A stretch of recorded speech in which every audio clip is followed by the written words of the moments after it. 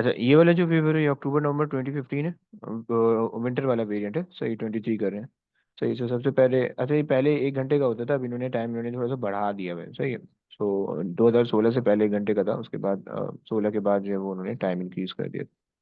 सो आ जाओ इसकी कुछ एग्जामिनर रिपोर्ट पढ़ते हैं पहले, उसके बाद शुरू करते हैं, सही है। सो ई मैसेज में आपसे कहते हैं कि there are number of question on the paper that require general recall, candidate should review the learning objective and ensure they are well prepared to give the correct answer to this type of question. Candidates should be reminded that where a question asks for the statement and explanation, the explanation is essential to receive full credit. Credit frequently lost when the candidate do not show a clear link between the stage in an argument, right? Candidates should choose their wording carefully, especially when when giving a definition or describing a situation. Often answers are made unclear through the omission of the certain keyword and inappropriate use of the everyday language, right? तो ये इसको please इसका ध्यान रखना, right? Definition के अंदर जो है ना ये everyday language नहीं आनी चाहिए। So it is important that the numerical answers are fully worked out and presented as a decimal and not fraction. सही है, not fractions। ये मैं तुम्हें वो क्लास में भी बताया कई बार कि fractions के अंदर आंसर ना दिया करो प्लीज, सही है। Candidate should be reminded that full credit is not awarded for the answer inappropriately given as a fraction, right? तो fraction के marks वो तुम्हें डिटेक्ट कर सकते हैं, right? तो इसका प्लीज ध्यान रखना। चलो आ जाओ शुरू करते हैं।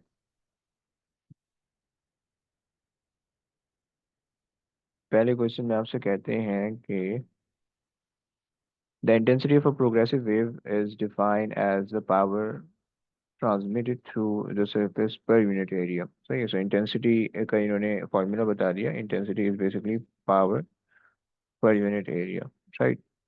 So उन्होंने कहा इंटेंसिटी का यूनिट निकाल दो। पावर आपके पास होती है kg metre square second -3, and area आपके पास होता है metre square, right. For those who don't know कि पावर का यूनिट कहाँ से आ रहा है, sir power is basically energy over time या वर्क डन ओवर टाइम, तुम ले लो ज़्यादा आसान है, work done over time, right. And work done is force time displacement, और टाइम ऐसे ही आ जाएगा। फोर्स आपके पास होता है केजी मीटर सेकंड -2, और ये डिस्प्लेसमेंट भी मीटर के अंदर है, डिवाइडेड बाय टाइम, सही है। सो मीटर और मीटर जो है वो एड अप हो गए मीटर स्क्वायर सेकंड -2, नीचे वाला जो टाइम था जो सेकंड के अंदर था वो ऊपर आएगा तो सेकंड -3 हो जाएगा, right. So this is power. Okay. तो ये कैंसिल हो गया, सो इंटेंसिटी आपके पास रह गई केजी सेकंड -3। ओके, आगे आ जाओ। तुमसे कह रहे थे intensity I of the sound wave is related to the amplitude x not of the wave by this equation. Okay, हम कहते हैं ना कि intensity is directly proportional to amplitude, वो इस तरह से आ रहा होता है, राइट। ये इसकी एक्चुअल इक्वेशन है।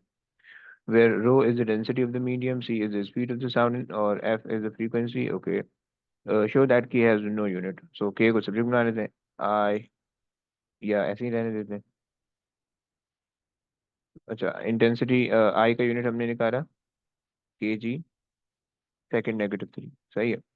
अच्छा, डेंसिटी का यूनिट हमारे पास होता है के जी मीटर -3, ऐसे ही होता है। अच्छा जनाब, और उसके बाद जो है हमारे पास क्या चीज़ है, सी हमारे पास है स्पीड ऑफ द साउंड, सही है, सो मीटर्स पर सेकेंड। अच्छा, उसके बाद जो है हमारे पास तीसरी चीज़ क्या, F is the frequency, frequency का मतलब है per second, right. And then we have, अच्छा squared, right. And then we have the amplitude, amplitude बोले तो मीटर्स के अंदर होता है, तो मीटर का स्क्वायर्ड, राइट। एंड ये हमारे पास बराबर हो गया के, सही है। तो काटना पीटना अगर हम शुरू करें तो केजी से केजी कैंसिल कर दिया। अच्छा जी, यहाँ पे 3 मीटर है, या नेगेटिव में ये 1 मीटर पॉजिटिव और ये 2 मीटर पॉजिटिव, सही है। सो ये कैंसिल हो गए इनसे, सही है। यहाँ पे 1 सेकेंड है नेगेटिव और यहाँ पे 3 सेकेंड है नेगेटिव, तो ये कैंसिल हो गया इससे, right. So has no unit, सही हो गया।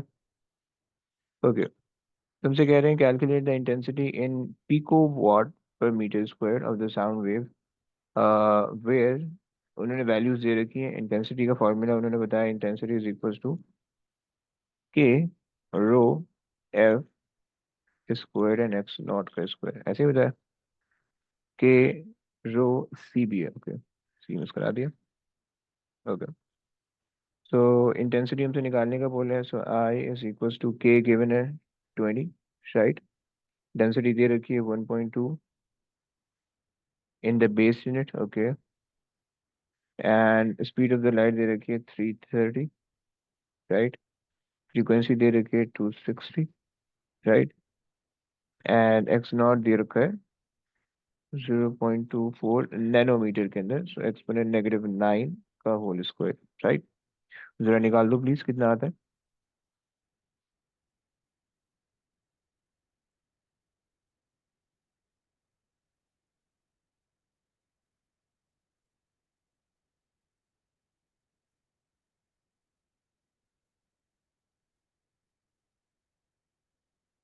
Yes, anybody calculating.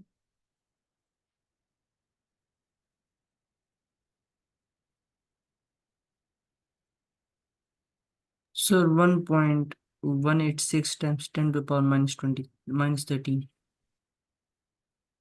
1.1, 1.186. you are saying 1.186 या 1.19, 1.2, 1.2 एक्सपोनेंट -13 आप कह रहे हो। जी sir. तो ये तो लेकिन 12, 12 में तो नहीं होगा ये, फिर अजीब सा बन जाएगा नहीं। जरा ईएनजी दबाओ, 12 में करके दे देगा वो। 8 के ऊपर एक वर्ड लेटर होगा ईएनजी का।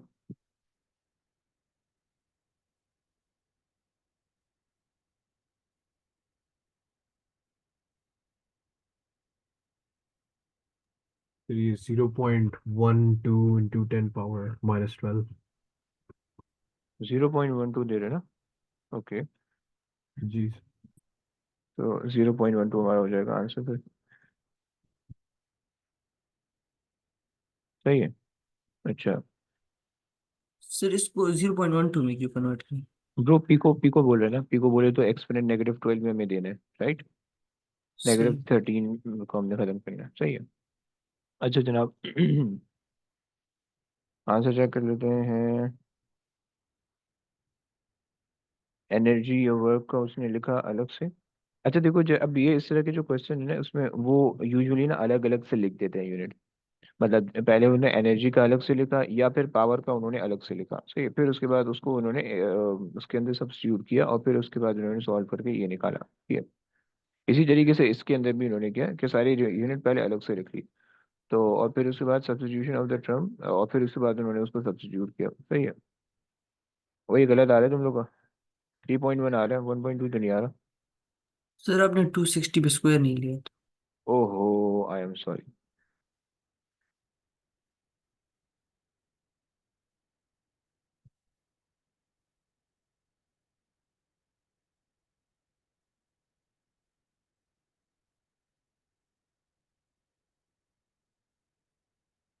यस, कितना सही है। 3.1 times 10 to the power minus 11. सही है, तो 3.1 है तो वो 31 हो जाएगा, और ये आ जाएगा 3.1 एक्सपोनेंट -11, ओके। सही हो गया। ऐसे इसकी ना एग्जामिनर रिपोर्ट देख लेते हैं, ऑल तो उसने ये कहा हुआ नहीं है, मतलब जैसे हमने यहाँ पे ये किया ना, ये वाला सॉल्व किया कि हमने अलग अलग यूनिट लिखे हैं इसके, सो वो कह रहे हैं कि भाई मतलब एक ही साथ एक ही इक्वेशन में सारे यूनिट लिख दिए। तो वो कह रहे हैं कि भाई डेंसिटी का यूनिट आप अलग लिख दो, सही है, स्पीड ऑफ द लाइट का यूनिट आप अलग लिख दो, फिर उसके बाद फ्रीक्वेंसी का यूनिट आप अलग लिख दो, एम्पलीट्यूड का अलग लिख दो, फिर उसके बाद उसको सब्स्टिट्यूट करो, सही है। और तो मुझे इसका कोई एविडेंस नहीं मिला, मार्किंग की में इस वजह से करके दिखाते हैं, लेकिन देखते हैं कि क्या बोलते हैं। Credit for this part was awarded for the clear explanation. Okay. Most candidate convinced by giving the appropriate unit for the power or energy. In some cases, the subsequent working and the cancellation to give the result was unclear. Okay. Candidates should be reminded that it is especially important for the working to be clear in the type of person as the credit is not awarded for the final answer. Okay. तो इसके लिए फिर हम ये कर लेते हैं कि भाई हम जो है ना पावर के लिए, जैसे पावर के लिए तो मैंने ये बता दिया कि पावर का यूनिट ये आ गया और फिर उसकी कैंसिलेशन आपने शो करनी है, राइट, कि क्या चीज़ कहाँ से कैंसिल आउट हो रही है, क्योंकि आंसर का जो नंबर नहीं दे रहा वो सही है। अच्छा जी, अगले पार्ट में क्या कह रहे हैं कि having written down all the unit for the various components, the subsequent working was not always clear. It was common to find that the conclusion reached was 1 equals to 1 or 0 equals to 0. You don't need to do that, बस आपने सारे unit cancel out करके ख़त्म कर देना है। सही है। सो यानी बच्चों ने क्या किया, के को यहाँ से गायब कर दिया। सो उन्होंने जो है ना, यहाँ पे भी उनका वन बचा, यहाँ पे भी उनका वन बचा, तो उन्होंने कहा ओके, सो इसका कोई यूनिट नहीं है, लेकिन आपको जो है मतलब के को रहने देना, फिर उसके बाद कोई भी यूनिट नहीं बचा होगा तो वो आपके पास आ जाएगा। सही है। In most script the calculation of the intensity was completed successfully, candidate found more difficult to convert this and many stated the answer without conversion. सही है। सो एक नंबर उसका कट जाएगा। क्लियर हो गया, चलो आगे चलते हैं।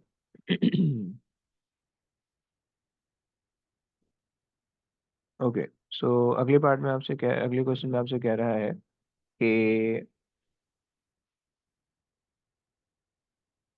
a signal generator is connected to two loudspeaker L1 and L2.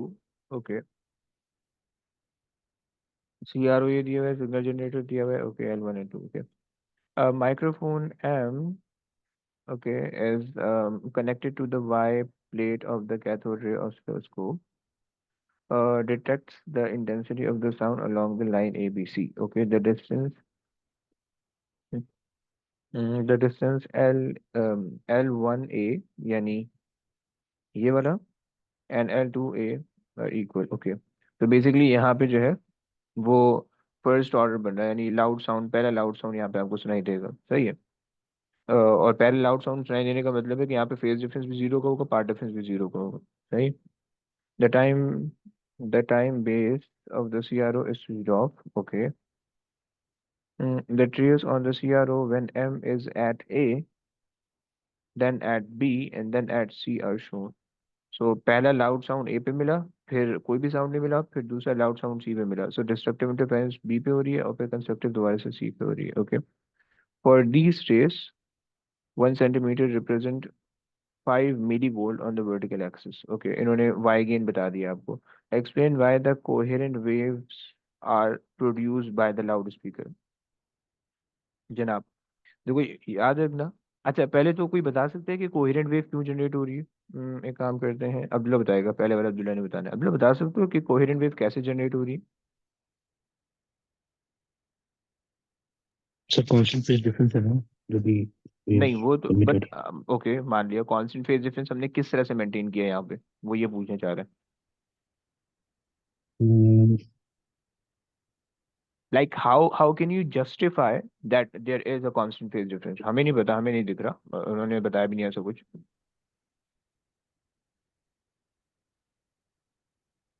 Any idea? because maybe the distance is constant from both loudspeakers. अब बट चलो ओके, बट यहाँ पे अगर कांस्टेंट है तो यहाँ पे तो चेंज हो जाएगा फिर। सही है। वो तो L1C छोटा होगा, L2C बड़ा होगा, राइट। तो उसमें तो फिर नहीं होगा, तो क्या फिर उसमें नॉन कोहेरेंट वेव मिलेगी क्या? नहीं। नहीं। ओके, कोई और आइडिया?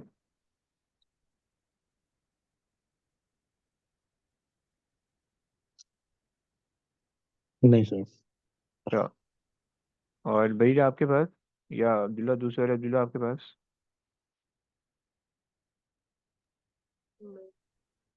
नो। ओके, बेसिकली देखो याद रखना, जब भी तुम्हारे पास कोहेरेंसी की बात की जाती है, सही, तो कोहेरेंसी की डेफिनेशन तो ये होती है कि अचीव कैसे, डेफिनेशन तो ये होती है कांस्टेंट फेज डिफरेंस। अचीव कैसे होती है कि तुमने सेम पावर सप्लाई से लगा हुआ होगा, राइट, मतलब दो वेव जो जनरेट हो रही है वो सेम पावर सप्लाई या सेम सिग्नल जनरेटर से जनरेट होंगी, राइट। तो ये जो इसने बोला हुआ है ना कि signal generator is connected to to loudspeaker, इससे तुम्हें पता चल जाएगा कि the wave generated must be coherent, right. क्योंकि एक सोर्स की जो है एक सोर्स से अगर आप दो आउटलेट ले लो और फिर वो वेव जनरेट करें तो वो हमेशा कोहेरेंट होंगी, राइट। लेकिन अगर आप दो अलग अलग सोर्सेज लोगे तो they can never be coherent, right. सही हो गया।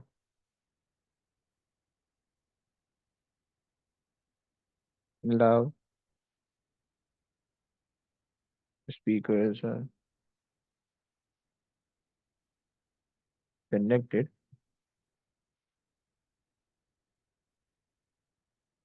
by same power supply। Okay, आगे चलते हैं। Use the principle of superposition to explain the trace shown with M at A. सही। तो प्रिंसिपल ऑफ सुपरपोजिशन का मतलब है कि एम्पलीट्यूड वगैरह क्या हो रहा है, फेज डिफरेंस फाज डिफरेंस क्या हो रहा है। सही है। अच्छा, तुम्हें पता है, तुम्हें बिल्कुल बेसिक सी चीज़ें तुम्हें पता होनी चाहिए, बल्कि तुम्हें क्या पता होना चाहिए, तुमसे मैं पूछ रहा हूँ कि तुम्हें कितना पता है। मैंने बताया एक पे। कासिम मुझे ये बताओगे कि ए पे, उसने ए पे बता दिया आपको कंस्ट्रक्टिव इंटरफेरेंस हो रही है, राइट। मतलब ए पे आपको लाउड साउंड दिखेगा। सही है। ए पे लाउड साउंड मिलेगा, बी पे लो साउंड मिलेगा। सही है। सी पे दोबारा से लाउड मिलेगा, राइट। अच्छा कासिम मुझे बताओगे कि लाउड साउंड मिलने की वजह क्या होगी, जनरल रीजन।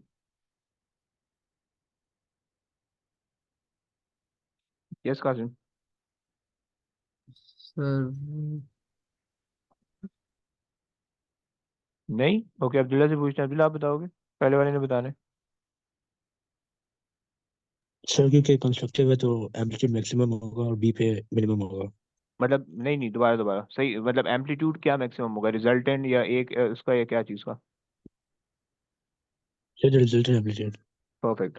मतलब जो दो वेव में, यानी L1 से जो वेव ए पे आ रही है और L2 से जो वेव ए पे आ रही है, उनके जो एम्पलीट्यूड्स होंगे वो दोनों जो है ना, कंस्ट्रक्टिव इंटरफेरेंस की वजह से क्रस्ट क्रस्ट पे आ रहा होगा, ट्रफ ट्रफ पे आ रहा होगा, सो मैक्सिमम एम्पलीट्यूड मिल रहा होगा। बी पे मिनिमम मिलेगा, क्योंकि बी पे जो वेव आ रही होगी वो एक का क्रस्ट आएगा और दूसरे का ट्रफ आएगा, लाइक दिस।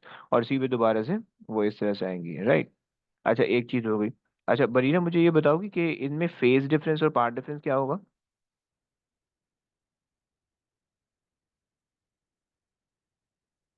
यस भैया। If they're coherent, then they have the same but phase difference. अबे वो तो होगा, लेकिन वैल्यू क्या होगी। Um, at a, at I B don't know. And at C, what, you don't know. अबे लाउड साउंड है ना, देखो पहले पे फेज डिफरेंस होना अच्छा अच्छा चाहिए। अच्छा अच्छा। So पहले पे होना चाहिए 0 और फिर हम्म, उस पे होना चाहिए 180 और फिर उस पे होना चाहिए 0। अबे 360 एक्चुअली। तो क्योंकि हाँ सी सेम पे थिंग। पहुंचेगा तो एक एक वेव आगे पीछे हो चुकी होगी, राइट। क्योंकि अगर अच्छा L1 से सी पे जाओगे तो फिर एक वेव कम ट्रेवल होगी, और L2 से सी पे जाओगे तो एक वेव ज्यादा ट्रेवल होगी, मतलब एक वेव का डिफरेंस आएगा, राइट। तो फेज डिफरेंस आ जाएगा 360 का। Is that clear. अच्छा यस यस। अच्छा। अच्छा अब्दुल्ला ने बताना है, अब्दुल्ला दूसरे वाला अब्दुल्ला, आपने ये बताना है कि पार्ट डिफरेंस क्या होगा। यस। सर लैम्डा होगा। कहाँ पे। इवन नंबर के साथ होगा। अबे अबे ओए ओए, क्या पाथ। मतलब। अरे एक एक करके बताना भाई। अच्छा पहले पहले ए पे बताओ, पहले ए पे क्या होगा। लैम्डा होगा। लैम्डा आप बोल रहे हो, ओके। अच्छा अच्छा, कैसे आप लैम्डा कैसे बता रहे हो, किस चीज को देख के बता रहे हो, किसी चीज को देख के बता रहे हो, ऐसे ही रट्टा लगाया मैं। फिर याद किया हुआ। अबे क्यों, अच्छा याद कैसे कर लिया। ब्रो देखो, जब भी जो पाथ डिफरेंस आता है ना, वो बेसिकली फेज डिफरेंस की वजह से बनता है। ये जो फेज डिफरेंस होता है वो पाथ डिफरेंस की वजह से बनता है। ये दोनों ना एक दूसरे से रिलेटेड, इंटरकनेक्टेड है, राइट। अगर आपको पहले ये पता चल गया कि कहाँ पे मैक्सिमा या कहाँ पे मिनिमा बन रहा है, आपको स्ट्रेट अवे फेज डिफरेंस पता चल जाएंगे, राइट। और याद रखना कि जब भी फेज डिफरेंस जीरो का होगा, हमेशा पाथ डिफरेंस भी जीरो का होगा। फेज डिफरेंस जीरो का मतलब ये है कि दोनों वेव, दोनों सोर्सेस से equal amount of wave travel करके आ रही है, राइट। लेट से एल से ए तक पांच वेव ने ट्रेवल किया, L1 से ए तक पांच वेव ने ट्रेवल किया, L2 से ए तक ने भी पांच वेव ने ही ट्रेवल किया, राइट। इसी वजह से ये मिनिमा है अच्छा, अब आप बोलोगे कि भाई हमें ये कैसे पता चला कि भाई L1 और L2 से दोनों से 5 वेव ने ट्रेवल किया है, आगे पीछे नहीं किया। तो उसने यहाँ पे बता रखा है कि the distances are equal, right. Distance equal होने का मतलब ये है कि जितनी नंबर ऑफ वेव L1 से A तक आएगी उतनी नंबर ऑफ वेव L2 से A तक आएगी, राइट। और जब पाथ डिफरेंस जीरो होगा तो फेज डिफरेंस जीरो होगा, या जब फेज डिफरेंस जीरो होगा तो पाथ डिफरेंस जीरो होगा। Always remember that, right. So ये तो हो गया हमारा पहला पॉइंट।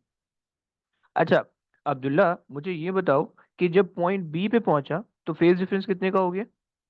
Yes, quick. 180 का। 180 का मतलब है कितनी वेव का आगे पीछे आई है, कोई कितनी वेव आगे पीछे आ रही है, कितनी वेव का डिफरेंस आ रहा है? 0.5। 0.5, परफेक्ट है। तो पाथ डिफरेंस कितने का हो जाएगा? 0.5 लैम्डा। वेरी गुड, हो गया। और ये सी पे क्या होगा? 360 आ रहा तो दो वेव्स का ओए डिफरेंस जानू, होगा वो एक का ना यार, लैम्डा। अबे मेरे भाई, एक का ना। एक का, हाँ। Sorry sorry sorry. So path difference समझ एक में का आया ना यार? 1 अब लैम्डा हो अब जाएगा। ये हो गया ना, क्लियर हो गया ना? जी सर। परफेक्ट, सही हो गया। Yes sir.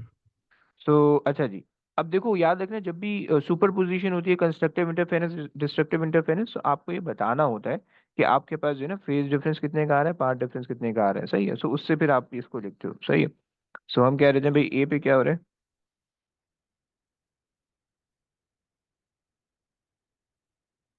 Phase difference is equal to zero and path difference is also equals to zero. So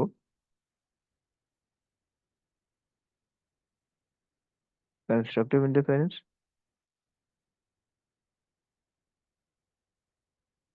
सही है। यहाँ पे हमारे पास क्या है?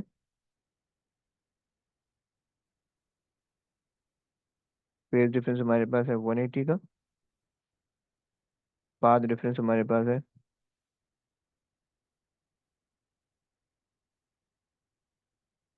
λ/2 का। सो डिस्ट्रक्टिव इंटरफेरेंस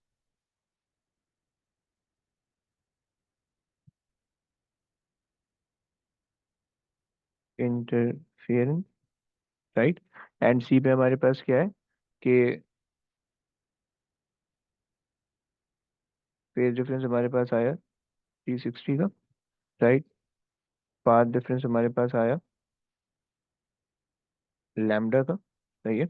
सो हमारे पास है कंस्ट्रक्टिव इंटरफेरेंस,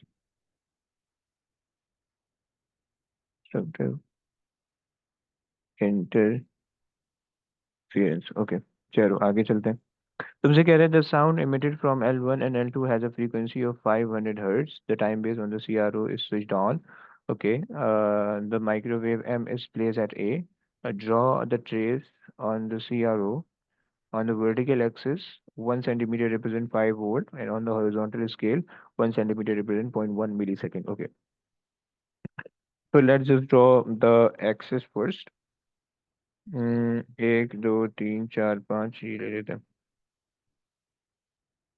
यहाँ से हम ले लेते हैं this is the mean position, right. अगर एम्पलीट्यूड हम देखें तो एम्पलीट्यूड हमारे पास है 5 मिली वोल्ट का। हम यहाँ से एम्पलीट्यूड वेव का चेक कर लेते हैं। सो वन बॉक्स आ रहा है, इसका मतलब है 5 मिली वोल्ट वेव ने ऊपर जाना है, सही। यानी जो वेव बनेगी वो वेव जो है ना इस पोर्शन के बीच में बन रही होगी, सही है। अच्छा, अब तुम अगर ये सोचोगे कि भाई हम अगर चाहें बड़ी बना दें और हम इस बॉक्स को 1 सेंटीमीटर ले लें, तो ऐसा नहीं कर सकते क्योंकि क्वेश्चन में उसने कम मेंशन किया हुआ है, राइट। जो काम क्वेश्चन में मेंशन किया हुआ है वही करोगे, सही। सो आपका काम इसमें होना चाहिए, सही है। अच्छा, उसने अब यहाँ पे आपको ये बोल दिया हुआ है कि आपके पास जो है 1 centimetre represent 0.1 millisecond, right. So this is 0.1, सही है। दिस इज 0.2, ये मैं नीचे मार्क कर देता हूँ। So this is 0.1 millisecond, this is 0.2, सही है। दिस इज 0.3, दिस इज 0.4, सही है। This is 0.6, this is 0.8, right. Pitch pitch हो रहा है, सही है। सो ये हमारे पास है and this is 1 millisecond, right. अच्छा जनाब, ये हो गया। अच्छा, उसने हमें फ्रीक्वेंसी दी है 5 हर्ट्ज, 500 हर्ट्ज। जरा टाइम पीरियड निकालो कितना आ रहा है। फ्रीक्वेंसी इज इक्वल टू 1/टाइम, या sorry T is equal to F, कितना बनता है? 1/500, 20 मिली सेकेंड या 10 milli second? 2 into 10 power minus 3. 2 exponent -3। Okay, तो इसका मतलब है कि आधी वेव आपको, अच्छा ये टाइम पीरियड आ रहा है, राइट। सो टाइम पीरियड का मतलब है कि आधी वेव आपको दिख रही होगी, सही है। यानी ये this is the time period, but we don't have enough space to draw a complete wave. हम सिर्फ 1 मिली सेकेंड तक बना सकते हैं, तो हमारे पास आधी वेव बनेगी, right, like this, right. With half should be seen on 5.5 millisecond पे, सही। सही, बाकी ये सब चीज़ तुम मिटा दो। बच्चों क्लियर हो गया ना, कोई मसला तो नहीं है? सर आपने इसका वर्टिकल एक्सेस कैसे लिया? जी भाई।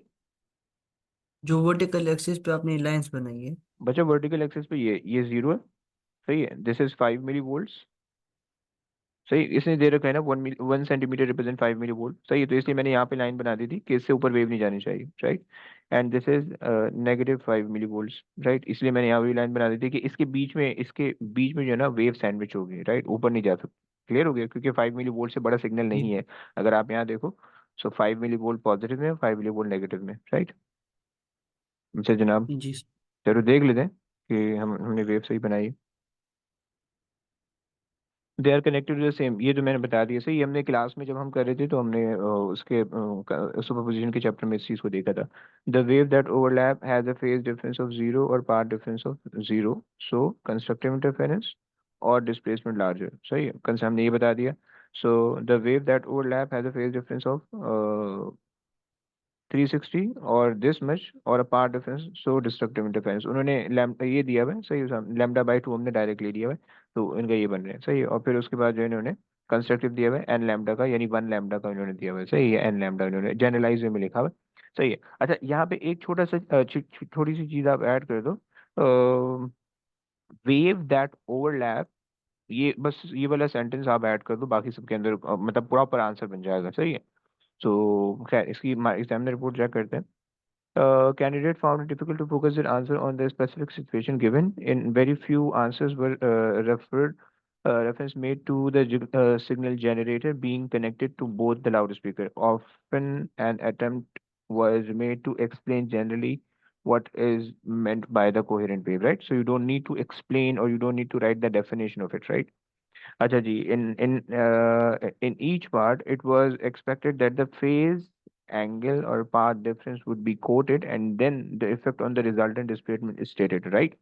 तो पार्ट डिफरेंस फेज डिफरेंस को बता के तुमने आंसर देना होगा। There were few fully correct answers.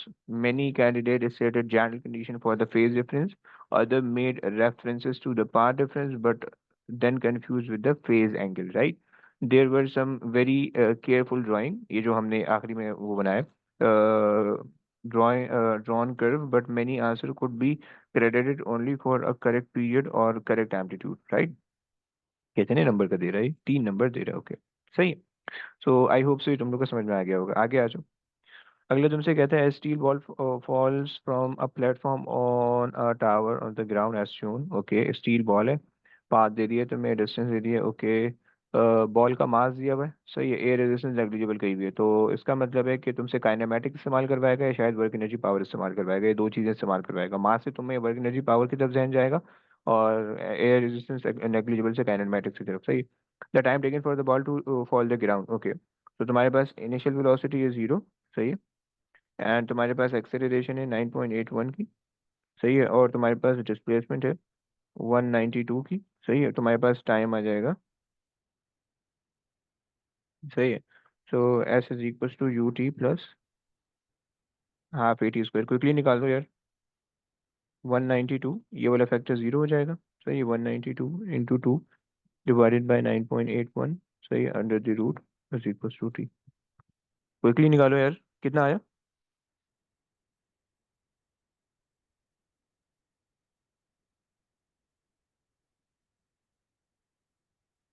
Yes, 6.25. 6.25, so 6.3 seconds, okay।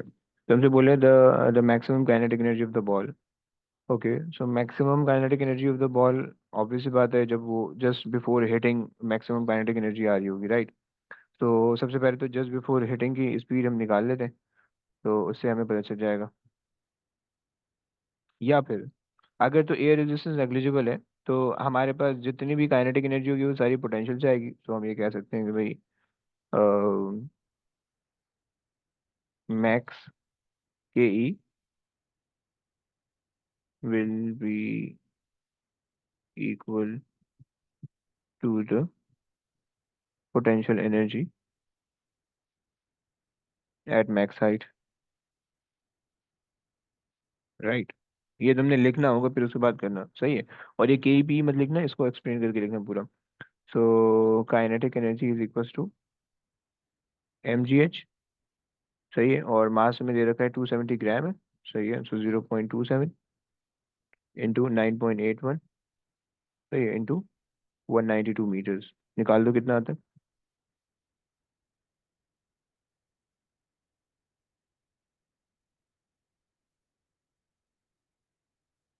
508.6। सही है। सो 510।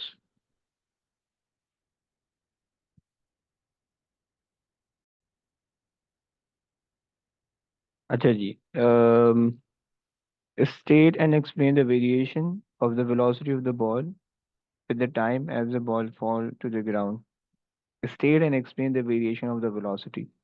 So ये पूछते हैं, अब्दुल्ला से पूछना। अब्दुल्ला बता सकते हो कि वेलोसिटी के साथ क्या होगा।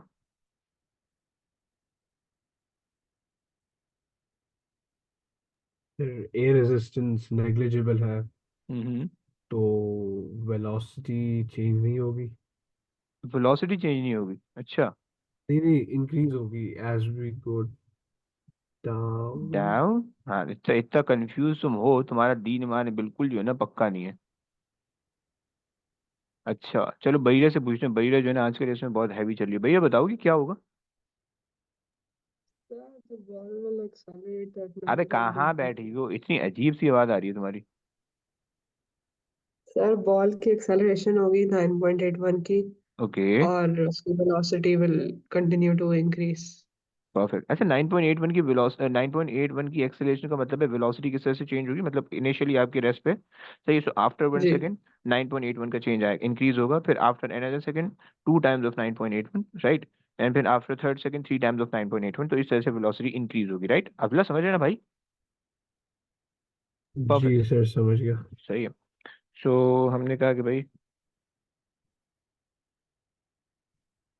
Velocity increases non uniformly, right. या इधर यूनिफॉर्मली करेंगे, velocity increases due to constant acceleration, सही हो गया। ओके आ जाओ। Show that the velocity of the ball on reaching the ground is approximately इतना, ओके। तो 2as is equal to V square minus U square लगा देते हैं। और वी स्क्वायर हमें नहीं पता। अच्छा, इनिशियली हमारे पास 2 इंटू 9.81 इंटू 192, सही है। और ये आ जाएगा वी, सही है। सो ये तकरीबन 60 आ रही है, 60 आ रही।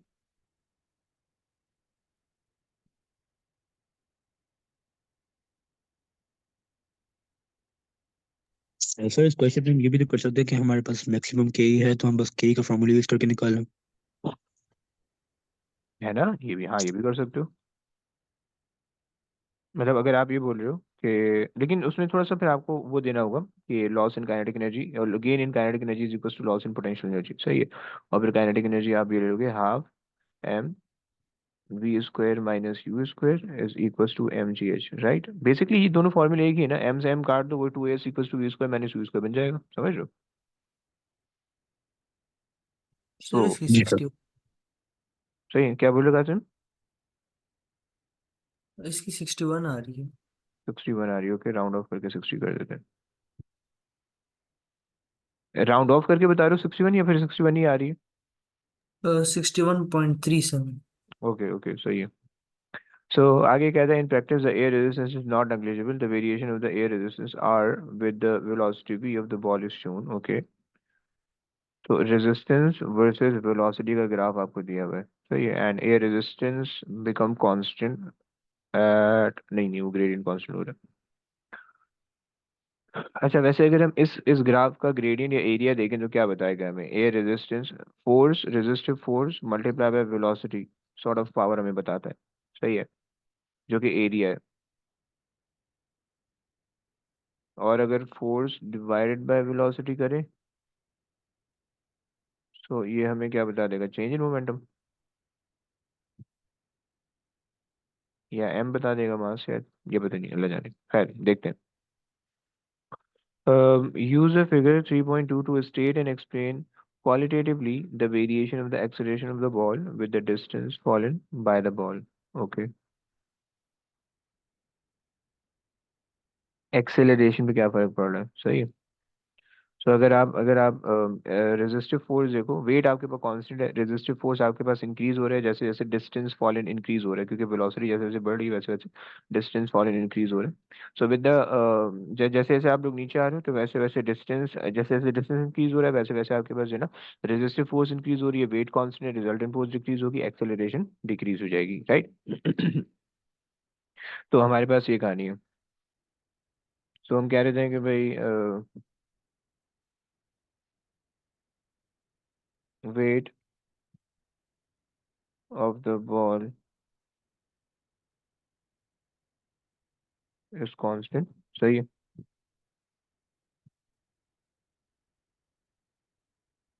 Resistive forces increase with the speed। सही है, क्योंकि स्पीड का ग्राफ दिया हुआ है, या डिस्टेंस कह दो। सही है। उससे क्या होगा? रिजल्टेंट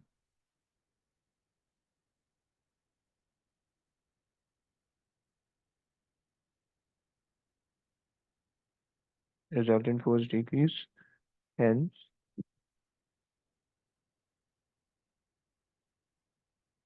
एक्सेलरेशन विल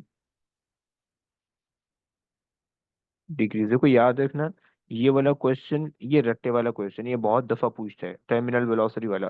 तो इसको या तो अपने पास लिख लो, बिल्कुल यही सेम डिट्टो, यही 3 पॉइंट लेने होते हैं। सही, जिस तरह से डेफिनेशन अपने पास लिख दो वही लिख लेना, बल्कि हम इसको भी मार्किंग की एग्जामिनर बोर्ड से भी मैच करते हैं, ताकि इसमें अगर कोई गलती होगी तो निकल जाएगी, और फिर उसके बाद जो है ना हम इसको वो कर लेंगे। सही है, ये रट्टे वाला चीज़ है। सही, अब देखो इसके नंबर कहीं तुमने लूज नहीं करने। सही है। तो अच्छा खैर, the speed of the ball reaches 40 meters, calculate its acceleration at this speed. Okay. Qasim, मुझे बताओगे कि ये पार्ट हम किस तरह से करें? 40 हमें स्पीड दे रखी है, सही है, एक्सेलरेशन कैसे निकालें, कोई आइडिया? सर एक्सीलरेशन के लिए फॉर्मूला अप्लाई किया, क्या करेंगे? Change in velocity over time. Change in velocity over time. Okay. अच्छा जी, चेंज इन टाइम कहाँ से लाए भाई? सर अच्छा, जो टाइम यहाँ पे दिया हुआ है वो तो टाइम नहीं होगा, क्योंकि वो मैक्सिमम से मिनिमम तक का टाइम है, राइट, ऊपर से बिल्कुल नीचे गिरने तक का, तो वो टाइम तो नहीं हो सकता, राइट। और कोई आइडिया आपके जहन में? और कोई आइडिया कासिम? 2 मिनट। ओके। अच्छा, एक काम करते हैं, अब्दुल्ला से पूछ, अब्दुल्ला आप बताओगे? पहले बार अब्दुल्ला ने बताने, अब्दुल्ला बताओगे, कोई आइडिया दोगे?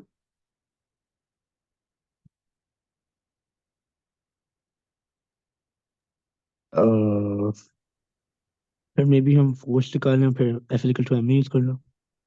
आप कह रहे हो कि हम फोर्स निकालें और फिर एफ इक्वल टू एम, यानी रिजल्टेंट फोर्स आप कह रहे हो निकालें और फिर एम ए यूज कर लें, ऐसा बोल रहे हो? जी। अच्छा ओके, रिजल्टेंट फोर्स के लिए, अच्छा चलो, ये क्योंकि ये वाला फॉर्मूला तो एप्लीकेबल नहीं है, तो आपने कहा कि भाई रिजल्टेंट फोर्स निकाल लेते हैं, एफ रिजल्टेंट। सही है। और आपने कहा कि उसको हम इक्वेट कर देंगे एम ए से, चलो। अच्छा, रिजल्टेंट फोर्स हमारे पास किसके बराबर होगी? रिजल्टेड फोर्स अच्छा, अगर अगर तो मेरे पास ये बॉल है, सो बॉल का वेट नीचे ऐड कर रहा होगा। सही, बॉल पे ये रेजिस्टेंस ऊपर होगी। सही है। सो जी रिजल्टेंट फोर्स हमारे पास किसके डब्ल्यू बराबर माइनस हो ए। जाएगा? W minus R, R minus W कर सकते हैं। सर हाँ आर माइनस डब्ल्यू कर सकते हैं क्योंकि आर ज्यादा है ना। हैं? अबे नहीं भैया, नहीं कर सकते। देखो याद रखना, क्यों? याद रखना, देखो, अगर आप आर माइनस डब्ल्यू देखो, एक तो इसके अंदर ना F equals to M A के अंदर, resultant force equals to M A के अंदर, हम वो वाली फोर्सेस पॉजिटिव लेते हैं जिस डायरेक्शन में मोशन होता है, और वो वाली फोर्सेस नेगेटिव लेते हैं जहां पे मोशन नहीं हो रहा होता, राइट। Okay sir. सही है, क्योंकि अगर आप आर को माइनस में लोगे, आर को प्लस में लोगे, डब्ल्यू को माइनस में लोगे, आपका आंसर हमेशा नेगेटिव में आएगा, राइट। और जब आपका आंसर नेगेटिव में आएगा तो आपकी एक्सेलरेशन नेगेटिव में आएगी, राइट, जो कि आपको गलत कंक्लूजन पे लेके जाएगी, राइट। ऑल द वैल्यू सही जी सर। होगी उसकी, लेकिन आंसर मतलब नेगेटिव साइन नहीं आना चाहिए, वो गलत फिजिक्स हो जाएगी, राइट। सो ये हो जाएगा। ओके। सो वेट हमें पता है, मास टू कितना था, मास 270, ओके 0.27, 0.27 इंटू 9.81, सही है, ये आ गया। और अच्छा 40 पे हम रीड कर लेते हैं कि ये कितनी आ रही है। 40 पे रेजिस्टिव फोर्स आ रही है हमारे पास 0.1 2 3 4 5 6, 0.6 आई बस। अच्छा 0.6 न्यूटन, 0.6 न्यूटन, सही है, is equals to m which is 0.27, और a इज एक्सेलरेशन। जरा निकाल दो कितना आ रहा है।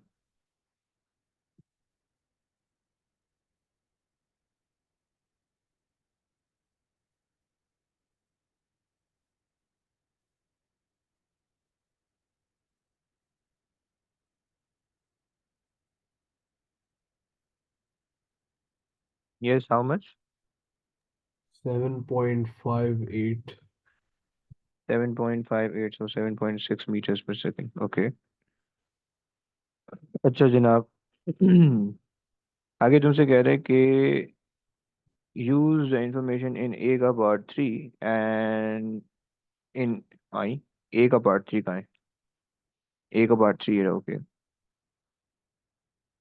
And figure 3.2 to state and explain whether the ball reaches the terminal velocity। अच्छा, A का पार्ट 3 हमारे पास है 60, मतलब बॉल ग्राउंड हिट करने से पहले जो है ना वो 60 पे वो है, यानी बॉल ग्राउंड हिट करने से पहले उसकी वेलोसिटी है 60, सही है। और अगर हम ग्राफ देखें, उसने ग्राफ मेंशन किया हुआ है एन पे, हाँ। अच्छा 60 पे अगर हम देखें तो हमारे पास जो आ रही है वो आ रही है 1.1, 1.2, 1.3, 1.35 की फोर्स आ रही है, 1.35 की फोर्स आ रही है। तो अगर हमारे पास रेजिस्टिव फोर्स 1.35 की है और वेट हमारे पास है 0.29 इंटू 9.81 करना कितना बनता है, हाउ मच।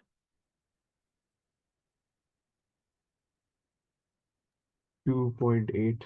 2.8, सही, 2.8। तो इसका मतलब है कि एट एट 60 मीटर पर सेकेंड जो वेट हमारे पास है वो तो जाहिर बात है कांस्टेंट है, 2.8 का लग रहा है, सही है। लेकिन जो अपवर्ड फोर्स है वो still it's not that much greater enough कि वो आपको टर्मिनल वेलोसिटी पे लेके जाए, राइट। तो इस वजह से टर्मिनल वेलोसिटी अचीव नहीं होगी, राइट। समझ पा रहे हो, एक्सप्लेनेशन समझ में आई है। यस। सर 0.29 कहाँ से है? 0.2, 0 सॉरी 2.9 था, 2.7 था, ये मास दे रखा है ना ब्रो। 2.7 है, सॉरी 2.7 है, 0.27 है, सो ये 2.8 नहीं होगा, 2.6 बन जाएगा शायद कुछ, सही है अराउंड। सही, निकाल लो प्लीज ऐसे। जी सर 2.6। 2.6 बन रहा है, राइट। तो हम कह रहे थे कि भाई at v equals to 60 the resistive force is 1.35, right, which is lesser than the weight of the ball, so it will not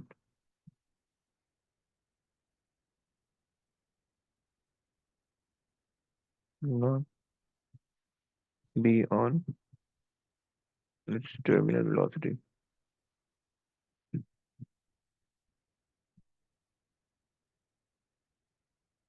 सही हो गया। सो ये हमारे पास कहानी आ गई। अच्छा इसको भी चेक कर लेते हैं। ये आसान सा क्वेश्चन था, आई होप। तो ये 6 पॉइंट सही है। एक मिनट, सही है। अच्छा देखो, इसमें कैलकुलेशन के मार्क दे रहा है वो तुम्हें, सही है ना। ये तुम्हें एक फॉर्मूला लिखने का एक मार्क है, राइट, और आंसर का एक मार्क है, सिंपल सा है, एक फॉर्मूला लिखने का है, लेकिन इसमें तुम्हें एक्सप्लेनेशन थोड़ी सी देनी होगी, ऐड करनी होगी, राइट। और एक जो है तुम्हें या तो फिर तुम दूसरा वाला भी कर सकते हो, यानी तुम या तो काइनेटिक एनर्जी से सोचो, या तो तुमने ये कर लिया हो कि एट मतलब जो है ये जहाँ पे हम ये निकाल लेते कि मैक्सिमम हाइट पे, यानी तुमने यहाँ पे अगर वेलोसिटी निकाल ली सही, और फिर उसके बाद तुमने सॉल्व किया, तो वो भी तुम कर सकते हो, राइट। तो हमने कहा velocity is proportional to time, velocity increase at a constant rate, acceleration is constant, और रिजल्टेंट फोर्स ये कौन से पार्ट का दे रहा है, सेकंड पार्ट का। वेलोसिटी, अच्छा, velocity is proportional to time और velocity increase at a constant rate, सही, कॉन्स्टेंटली इंक्रीज होगी, यूनिफॉर्मली इंक्रीज होगी, राइट, क्योंकि एक्सेलरेशन कांस्टेंट है, इज कांस्टेंट और रिजल्टेंट फोर्स कांस्टेंट, सही है। शायद हमने यहाँ पे एक चीज हम ऐड कर सकते हैं, सही है, कि velocity increase uniformly, right, due to the constant acceleration, right, ये हमारा कंप्लीट आंसर हो जाएगा। अच्छा जनाब, फिर उसके बाद तुमने ये हमने बता दिया था, सही है, are increase with the velocity, resultant force is this, so resultant force decreases, so acceleration decreases। ये मैंने 3 नंबर में बताया, रट्टे वाली चीजें हर बहुत सारे पेपरों में आया हुआ है, सही है, ये भी हमारा सही आ रहा है। फिर आखिर में तुमसे कह रहा है R is equal to weight for the terminal velocity, terminal velocity की कंडीशन उसे बता दी, सही है। और फिर उसके बाद कह रहा है कि वेट रिक्वायर्ड, अच्छा ओके, सो हमने ये बात की है कि हमारे पास है ना टर्मिनल वेलोसिटी के लिए हमें ये वाली कंडीशन, मतलब टर्मिनल वेलोसिटी इस पॉइंट पे नहीं होगी, सही है। तो इस वजह से हमने कहा कि टर्मिनल वेलोसिटी नहीं अचीव हो रही, और इन्होंने एक मार्क दिया हुआ है कि टर्मिनल वेलोसिटी की कंडीशन बताने के लिए, सही है, और हमने वो नहीं बताई है, सही है। तो यहाँ पे ऐड कर देते हैं कि भाई as terminal velocity means R is equal to 8, right, ये हो गया। इसकी एग्जामिनर रिपोर्ट देखें। In this calculation caused very few problem candidate, okay, जिन्होंने 10 लिया है उसमें जो है ना वो मसला किया है। Okay, it was expected that the candidate would use the ideas related to the conservation of energy and hence equate the maximum kinetic energy to the change in the gravitational potential energy. In practice, most correctly calculated the final speed and then use this expression. Okay. Very few answer include both the statement and some explanation. Most common answer was a statement without explanation to the effect that the velocity increase with time, सही है, जिसमें velocity increase होती है acceleration के साथ साथ, right। तो वो तुम्हें बताया हुआ है, सही है। In many scripts the calculation already carried out successfully in part 2 was repeated here, okay, मतलब जिसके अंदर 61 तुम्हें निकालनी थी, right. Generally, it was stated that the air resistance would increase as the velocity increase, give rise to the reduction in acceleration. सही, direct नहीं बोलना reduction to acceleration, resultant force से भी relate कर देना। Often there were no reference to the resultant force, right? So there was a statement with the final acceleration would be zero, right?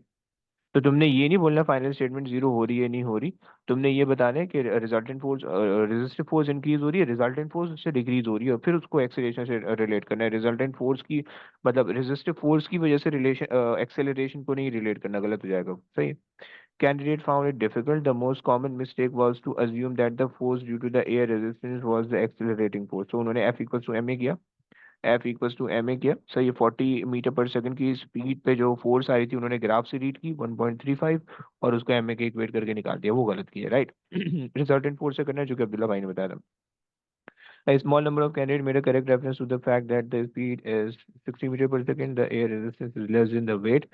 Most common attempt an unsuccessful explanation based on the fact that the graph extend beyond 60। सही, ये नहीं होगा। अच्छा, सही, सो हमने तकरीबन सही लिख लिया। चलो आगे आ जाओ। वाह ऊपर, ओके। सो तुमसे कह रहे हैं कि a block is pulled on a horizontal surface by a force P as shown, okay. Force दे रखी है, इसका कंपोनेंट बना लो स्ट्रेट अवे, सही है। तो 35 साइन 60 और 35 कॉस 60, राइट। अच्छा जनाब, वेट आपको दे दिया है ब्लॉक का, okay, and the block move a distance of 20 metre at a constant speed, constant speed का मतलब है काइनेटिक एनर्जी का चेंज जीरो है, सही, एक्सेलरेशन जीरो है, काइनेटिक एनर्जी का चेंज जीरो है, सही है।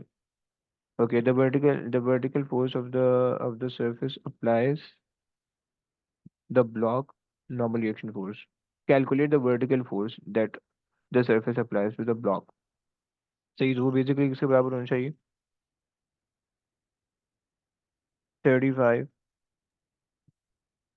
तो अच्छा, हमारे पास जो वर्टिकल फोर्स होती है बेसिकली, अगर ये ब्लॉक है आपके पास, सही है, इस पे लग रहा है वेट 180 का, सही है, और इस पे लग रहा है ये 335 cos 60 का, राइट। सो अब जो आपके पास वर्टिकल जो नॉर्मल रिएक्शन फोर्स होती है वो आपके पास होती है इस डायरेक्शन में, राइट। सो अगर आपने इसकी इक्वेशन बनानी है, so R cos 60, sorry 35 cos 60 plus R is equal to 180, right. तो आर आपने निकाल लिया 180 minus 35 cos 60, right. 35 cos 60 is 1/2, 35 divide by 2 करोगे जो 17.5, तो इसको अगर तुम माइनस कर दो तो 162.5। सर हमारे पास हॉरिजॉन्टल कंपोनेंट cos थीटा नहीं होता? ब्रो जरूरी नहीं है, वो तो डिपेंड करता है ना कि एंगल कहाँ पे दे रखा है। अगर एंगल यहाँ पे दिया होता तो ये कॉस थीटा हो जाता, एंगल उसने ऊपर दिया हुआ है ना। देखो जिस जिस साइड पे एंगल आता है ना वो हमेशा कॉस होता है। एंगल यहाँ बन रहा है ये कॉस होगा, ये वाली साइड साइन होगी, या ये वाली साइड साइन होगी, राइट। ये इस तरह से याद रखा करो। क्लियर है? यस। चलो आगे आ जाओ। 2SF के अंदर दे दो तो जीरो कर दो, सही है। The work done bye the force P, work done bye the force P. अब जाहिर बात है वर्क डन सिर्फ तुमने वो फोर्स लेनी है कि जो डायरेक्शन ऑफ द मोशन है 20 मीटर है, और तो work done is equal to force into displacement तुम करो। सो वर्क डन आपके पास जो फोर्स आ जाएगी 35 sin 20, सॉरी 60 इंटू 20, निकाल दो कितना बनेगा। 100/3/2 और 350, और 350 से थोड़ा सा कम होगा,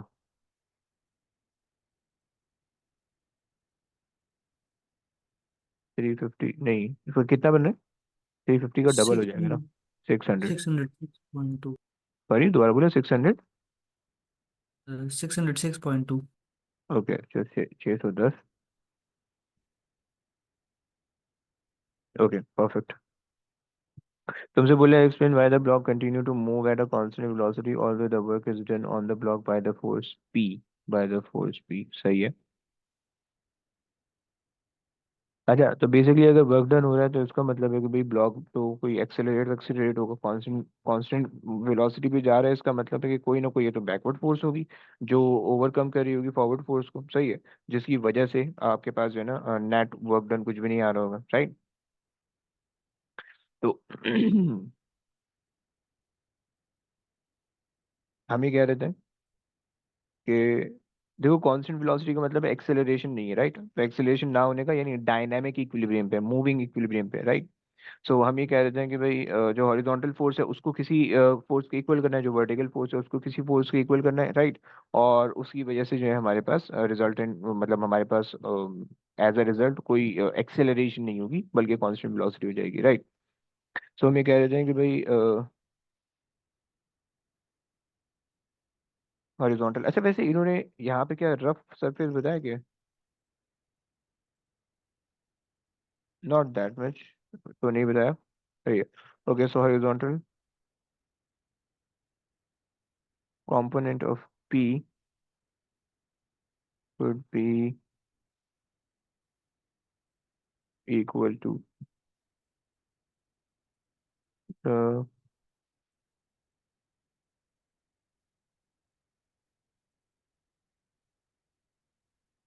सर आई थिंक इसमें आपको लिखना होगा कि equal and opposite to the resistive force, friction जो भी है। हाँ हाँ वही, मैं भी वही सोच रहा हूँ कि horizontal component of P would be equal to the friction force,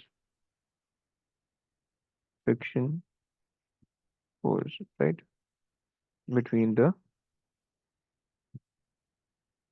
surface and the block। सही है, तो ये हमारे पास कांस्टेंट वेलोसिटी इस वजह से नहीं आ रही। उसने कहा कि explain in term of the force acting why the block remain in equilibrium. अच्छा, ओके। सो कांस्टेंट वेलोसिटी का मतलब एक तो ये ही होता है कि इक्विलिब्रियम के अंदर है, इसको डायनामिक इक्विलिब्रियम कहते हैं, राइट। और इक्विलिब्रियम में अगर आप यहाँ पे बता रहे हो तो आपको एक तो हॉरिजॉन्टल कंपोनेंट इससे बैलेंस हो रहा है, वर्टिकल कंपोनेंट जो वो आपका नॉर्मल एक्शन से बैलेंस हो रहा है, तो आपके पास रिजल्टेंट फोर्स भी लग ही नहीं रही, राइट। अच्छा जनाब। अच्छा एक चीज है, शायद वो यहाँ पे हमें गलत करे, velocity although the work is done, उसने सारी चीजें वर्क डन की फॉर्म में पूछी हुई है, सही है। तो हम कह रहे हैं कि भाई work done by horizontal component of P would be equal to the friction force, या हम इसको कह रहे हैं कि भाई would be equal to the work done against the friction. सही है। तो बेस की जरूरत नहीं है।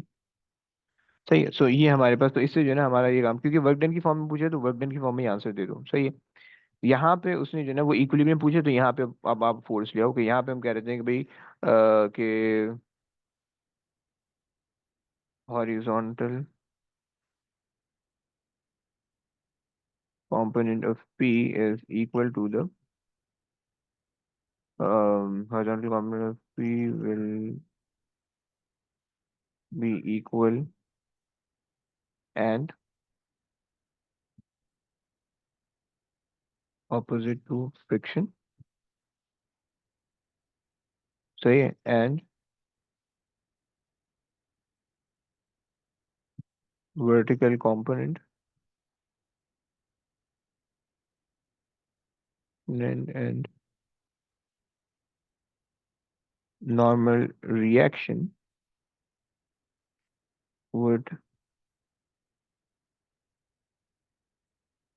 combinedly equal to the equal and opposite to the weight and opposite to the weight।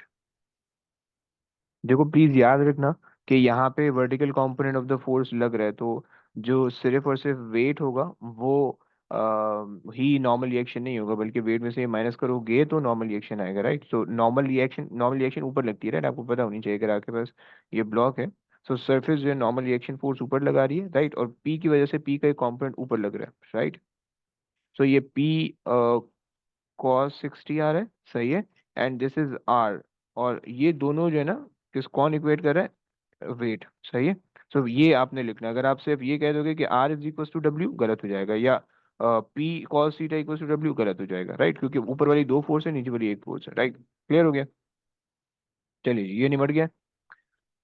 इसको अगर हम चेक कर लें, सो हमारे पास ये तो 163 आ रहा है, 610 606 आ रहा है। सही है। Work done P horizontal against, हाँ देखा, वर्क डन की फॉर्म में लिख रहा है। सही है। Frictional force, okay. और हॉरिजॉन्टल कंपोनेंट और vertical component of P plus the reaction force is equal to the opposite of the weight, is equal and opposite to the weight. सही। तुमने इक्विलिब्रियम के लिए इक्विलिब्रियम का सिनेरियो मेंटेन रखना है, तो ये कहना है। अच्छा, एग्जामिनर रिपोर्ट कहती है कि many candidate correctly consider the components of the force. Qasim bro, इसका ध्यान रखना प्लीज, कि साइन कॉस का ध्यान रखना। सही है ना। And use this correctly to determine the reaction force. सही है। रिएक्शन फोर्स डायरेक्टली वेट के इक्वल मत कर देना प्लीज, अपवर्ड फोर्स लग रही है तो इक्वेशन बना के करना। As in A का part 1, the correct solution was seen in most scripts. The most common mistake was not to use the horizontal component of the force. ये वाला पार्ट है। सही है। ये हॉरिजॉन्टल कंपोनेंट अगर तुमने मिस करा दी वर्क डन में, तो तुम्हारा गलत हो जाएगा। राइट। रिजल्टेंट फोर्स मत ले लेना, हॉरिजॉन्टल कंपोनेंट को तुमने कंसिडर करना है। अच्छा, सो उसके बाद है this question concern work done but few answer involve energy. In many answer there were some discussion of force in equilibrium. देखा, हम अगर फोर्स लिखते तो शायद वो डिस्करेज करता, ये नंबर नहीं देता। राइट। तो वर्क डन की फॉर्म में बोला होता तो वर्क डन लिख ले तो बेहतर है। सही है। सेकंड लास्ट पार्ट में जो एक नंबर का था, लास्ट वाले में जिसमें वर्टिकल हॉरिजॉन्टल को इक्वेट करें, candidate should be encourage to use term such as equal and opposite. Abdullah आपने बताया था, बहुत सही। सही। इक्वल एंड ऑपोजिट आपने बोला, रादर देन कैंसिल आउट और बैलेंस, ये सारी चीजें नॉर्मल वर्ड है और डेली लाइफ के इसको मैं इस्तेमाल करना। The use of imprecise terminology frequently meant that the credit would not be given. सही है। नंबर काट सकता है तुम्हारा इस किस्म की अंग्रेजी पे। राइट। तो प्लीज ध्यान रखना इस पे। अच्छा जी, चलो आगे चलते हैं। कितने क्वेश्चन है? एक ये है, एक ये है। 8 क्वेश्चन? क्या पागल वागल हो गया ये? हम्म। जल्दी जल्दी करना पड़ेगा यार। अच्छा जी, तुमसे कहा भाई कि the IV characteristic of the diode is shown. Okay. State and explain. Use the figure 5.1 to explain the variation of the resistance of the diode. अच्छा, तुम लोग फालतू बैठे हो, जरा मुझे बताओ कि इस ग्राफ का ग्रेडियंट तुम्हें क्या बताएगा, और एरिया तो तुम्हें कुछ, एरिया तुम्हें पावर बताएगा बेसिकली, सही है, क्योंकि एरिया मतलब आई टाइम्स वी हो जाएगा is equal to power. Gradient तुम्हें क्या बताएगा, कोई बता सकता है, एनीबडी? एनीबडी? भैया भैया से पूछना, भैया बताओगे कि क्या बताएगा? 1/resistance. पक्का? पक्का. Okay, good good good.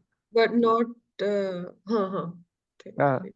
Okay, सही है, सो 1 ओवर नहीं, रेजिस्टेंस, क्योंकि okay. I is in milliamperes, मतलब ohms में नहीं ओके होगा. ओके, वो हाँ सही है, वो मिली ओम्स में होगा बेसिकली, या ये किलो ओम्स में होगा बेसिकली, सही है। अच्छा, तो अब हमारे पास ये आ गया रेजिस्टेंस, तो अब जहाँ पे ग्रेडियंट कम होगा वहाँ पे रेजिस्टेंस ज्यादा होनी है, जहाँ पे ग्रेडियंट ज्यादा होगा वहाँ पे रेजिस्टेंस कम होनी है। यहाँ तक तो रेजिस्टेंस, यहाँ पे तक तो ग्रेडियंट है ही नहीं, सही है ही नहीं का मतलब मैक्सिमम, यानी जीरो, जीरो ग्रेडियंट का मतलब है इनवर्स रिलेशन है, राइट, तो मैक्सिमम रेजिस्टेंस होने वाली है, सही है। तो फ्रॉम 0 to कितना आ रहा है ये, 0.1, 1.2, 1.4, from 0 to 1.4, 0.14, 0.14 volts, the resistance is maximum या इनफाइनाइट, राइट। फिर उसके बाद क्या होगा कि फ्रॉम 0.14 volts टू तकरीबन 0.45 वोल्ट तक, तकरीबन 0.45 volts, the resistance decreases, मैं डिक्रीजेस का एरो बना रहा हूँ, एंड फिर उसके बाद लास्ट में कि from 0.45 volts to 0.80 volts, the resistance is constant, right. तुम ये भी बता दो कि, अच्छा जगह है, और तुम ये भी बता दो कि भाई पहले पहले तुम ये बता दो कि भाई gradient is equals to 1 over resistance, right, from the graph। Sir इसका ग्रेडियंट 1/r क्यों है? ब्रो देखो ना, ग्रेडियंट होता है Y Y axis divide by X axis, right, Y पे करंट आ रहा है, एक्स पे वोल्टेज आ रहा है, राइट। जबकि अगर आप ओम लॉ देखो तो V equals to I R होता है, सही है। So V over I is equals to R, right. So V over I अगर आप करोगे तो आपके पास आ रहेगा, लेकिन यहाँ पे जब हम ग्रेडियंट निकालने के लिए करें, सो ग्रेडियंट के लिए हम ये नहीं देखते कि वी को हमने आई से डिवाइड करना है, आई को वी से, बल्कि हम ये देखते हैं कि जो भी क्वांटिटी वाई एक्सिस पे, उसको हमने डिवाइड करना है एक्स एक्सिस वाली क्वांटिटी से, राइट। सो ये हमें जो है ना ग्रेडियंट बताता है, and this is V over I, this is I over V, so that is why you have to do 1 over r, right. Clear हुआ भाई? Yes sir. Okay, perfect. अच्छा, इसकी देख लेते हैं मार्किंग की ना। रेजिस्टेंस ये हमने आखिरी में बताया, ये वो एक एक नंबर दे रहा है, वेरी हाई इनफाइनाइट रेजिस्टेंस, सही है, resistance decreases V increases, okay बस। अच्छा, इन्होंने और फर्दर लंबी की नहीं, स्पेसिफिकेशन में गए नहीं है वो। अगर हम ये देख लें, फोर्थ फोर है ना, अच्छा ये 5 है। A very common error was to assume that the resistance the gradient of the voltage graph, सही, इसका ये मत करना प्लीज, इसका उल्टा है, सही है। There is a common misconception that the candidate would benefit from, rather emphasize on the definition of resistance. Those who did recognize the resistance as the ratio of V over I frequently wrote that zero current would be associated with zero resistance। अच्छा जी, ये ऐसा भी नहीं है, सही है। Zero current means maximum resistance, सही है। अच्छा जनाब, आगे आ जाओ। Determine the resistance of the diode from the current of 0.44 milliamps, सही है। सो ग्रेडियंट निकाल लेते हैं 0.44 पे।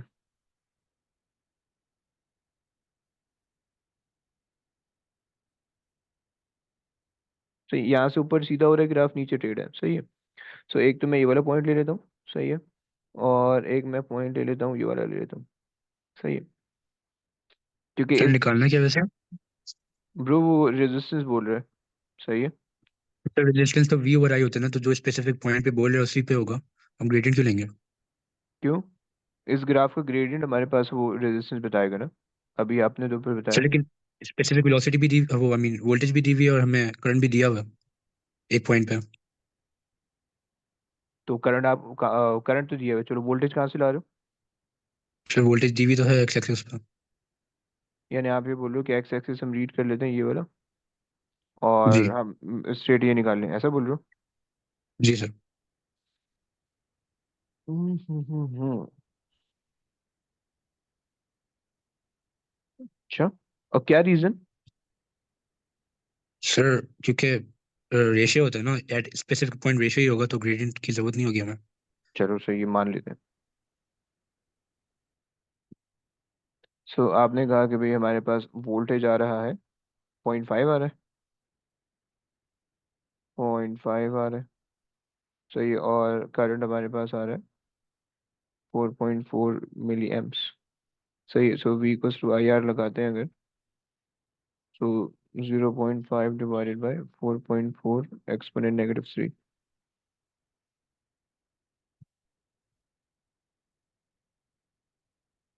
कितना आ रहा 113.6।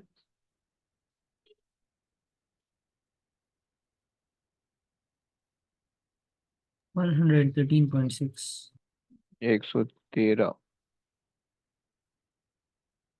सही है। सो 110 ले लेते हैं। ओके, अच्छा, देख लेते हैं। PD from the graph, okay सही है, सही है। और अगर हम इसकी ये चेक करें, completely successful in most of the script, okay. अच्छा जी, सो तुमसे कह रहा है कि the EMF of 12 volt and negligible internal resistance connected in series with the semiconductor diode and the resistance R1, okay,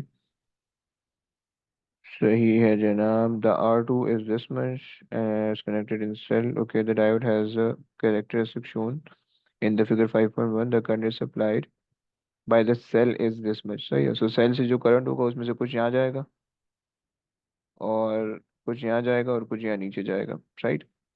so the current in R2, तुम्हें पता है कि पैरेलल सर्किट है, सो पैरेलल सर्किट में R2 के across उतने ही voltage होंगे जो बैटरी अप्लाई हो रही है बैटरी के अक्रॉस में, राइट। सो हमने कहा V equals to I R, सही है। सो वोल्टेज हमारे पास होंगे 1.2, क्योंकि पैरेलल के अंदर कनेक्टेड है और पैरेलल के अंदर वोल्टेज जो है सेम होते हैं, सही है। और रेजिस्टेंस हमारे पास है 0.375 की, सही है। सो रेजिस्टेंस करंट कितने का आ रहा है भाई? 3.2 times 10⁻³ ओके, सो 3.2 मिली एम्पियर है, okay. So 3.2 exponent -3, okay. So out of 7.6, 3.2 नीचे चला गया, तो उधर कितना जाएगा? 4.6 या 4.4? यस, माइनस करना है सिर्फ, परफेक्ट। सो 4.4 आ रहा है, राइट। सो 4.4 का करंट जो है ना वो इस वाली लूप के अंदर से, ऊपर वाली लूप के अंदर से जा रहा है। अच्छा जनाब, इसकी हमें रेजिस्टेंस पता है 4.4 पे, सही, जो हम पहले निकाल चुके हैं 113,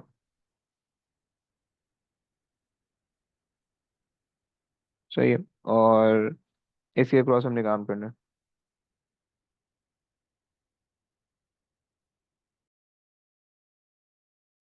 सो बेसिकली यहाँ पे ये सर्किट ना इस तरह से है, मतलब तुम इसको इस तरह से सोच सकते हो, एक पोटेंशियल डिवाइडर के तौर पे,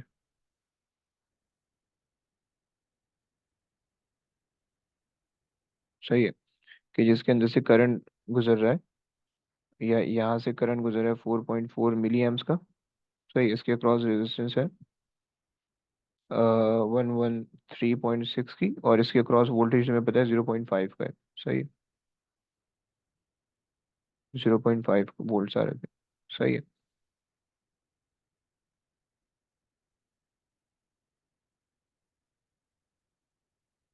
0.5 वोल्ट आ रहे हैं, सही। सो अगर तुम्हें इसकी रेजिस्टेंस ऑफ द ये निकालना है तो तुम क्या कर लो, ओम्स लॉ या तो लगा दो, V equals to I R, right. अगर तुम वोल्टेज ले रहे हो 1.2 का, सही है। और तुम करंट ले रहे हो पूरे इस लूप का, यानी विच इज 4.4 मिली एम्पेयर, यानी एक्सपोनेंट -3। सही है। तो तुम्हारे पास 1.2 डिवाइड बाय 4.4 एक्सपोनेंट -3 आ रहा है, राइट। आर निकालो कितनी आ रही है रेजिस्टेंस।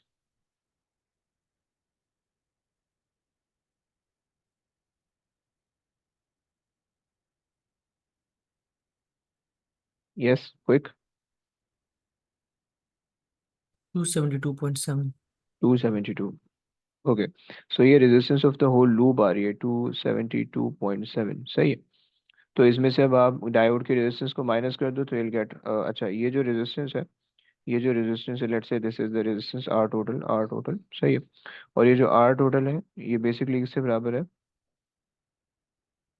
ये आपके पास बराबर है आर ऑफ डायोड के plus R of the resistance one के, ऐसे ही।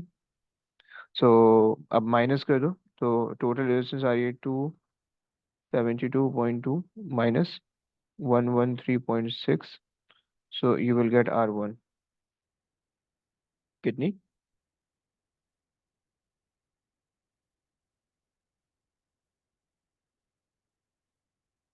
159.1। 159.1, सो 160। ओके। अच्छा जनाब, बोल रहे हैं कि calculate the ratio of the power dissipated in the diode divide by the power dissipated in R two. Okay. R two नीचे वाला है और डायोड ऊपर वाला है, राइट। सो पावर हमारे पास होता है, power is equals to I square R ले लेते हैं। सही है। वी आई मत लेना, थोड़ा सा गलत हो सकता है शायद। सही है। दोनों में यही लग जाएगा आराम से। सही है। सो अगर हम डायोड के लिए ले रहे हैं, सो डायोड के लिए फॉर्मूला तुम लिखोगे आई ऑफ डायोड, सही है, टाइम्स आर ऑफ डायोड। और power dissipated in R two में लिखोगे I square of R two times resistance of R two. देखो इसका ध्यान रखना प्लीज, काट मत देना आई आई को, अलग अलग है, आई ऊपर का अलग जा रहा है, नीचे का अलग आ रहा है, राइट। सो ये हो गया। डायोड के अंदर से करंट गुजर है 4.4 मिली एम्स का, 4.4 एक्सपोनेंट -3 का, उसका स्क्वायर करोगे और डायोड से मल्टीप्लाई कर दोगे डायोड की रेजिस्टेंस से, दैट इज 13.6। एंड डायोड जो नीचे से करंट गुजर रहा है वो 3.2 मिली एम्स का है, राइट। एंड तुम उसको मल्टीप्लाई कर दोगे, आर रेजिस्टेंस है, रेजिस्टेंस कितनी दे रखी है तुम्हें, आर टू की 375, राइट, 375। ओके, सही हो गया। दूसरा निकाल दो, अच्छा इसका भी स्क्वायर है, don't forget to put square here. जनाब कितना आ रहा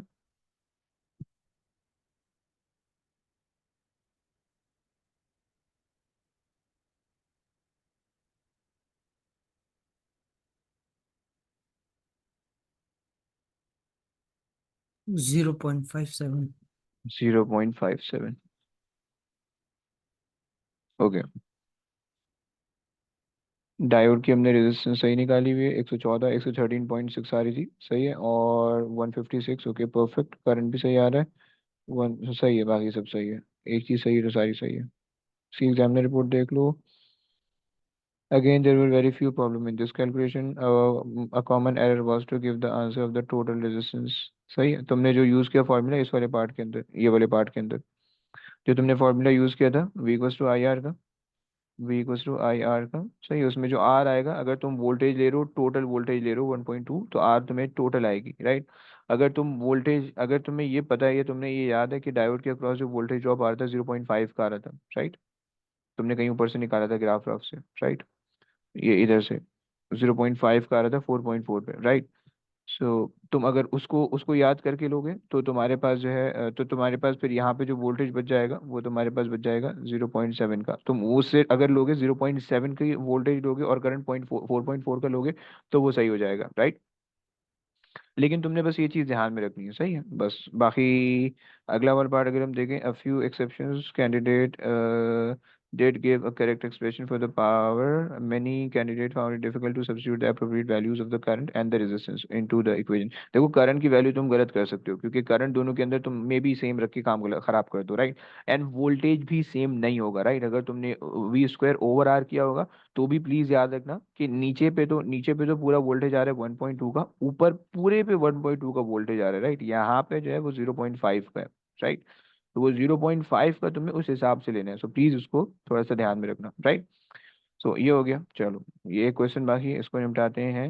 और ये भी अपने है। और ओके, चलो आ जाओ, दो क्वेश्चन बाकी। अच्छा जी, तो तुमसे कह रहे हैं कि the arrangement for producing a stationary wave in the air tube that is closed at one end is shown। सही है। सो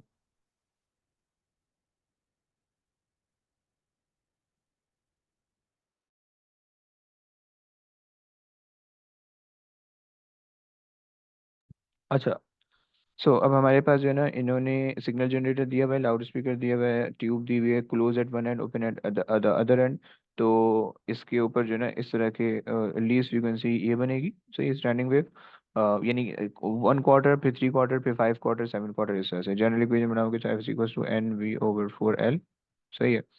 और लैम्डा की टर्म में बनाओगे, सो एन lambda by 4, राइट। ये तुम्हारे पास इनकी इक्वेशन होगी। ओके, देखते हैं क्या कहानी है। The loud speaker produces sound wave of the wavelength that much, okay, in a tube for some values of L on the tube the stationary wave are formed। explain how the stationary wave are formed in the tube। सही है। अच्छा, कासिम, ये आपने मुझे बताना है कि stationary wave किस तरह से बनती है, डेफिनेशन या क्या क्या क्या रिक्वायरमेंट्स होती हैं। ये सर कासिम। एक क्लोज एंड पे रिफ्लेक्ट होती है, फिर ओके। वो सेम फ्रीक्वेंसी स्पीड के साथ मूव करती है और फिर ओके, इंसिडेंट के साथ मीट करती है, तो एंटी नोड्स और नोड्स बनते हैं जैसे स्टेशनरी वेव बनता है। परफेक्ट, वेरी गुड, हो गया, सही है। सो आपने कहा कि भाई incident wave get reflected from the closed end, सही है, and superimpose with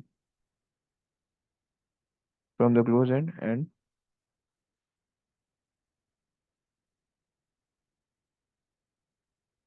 incident and reflected wave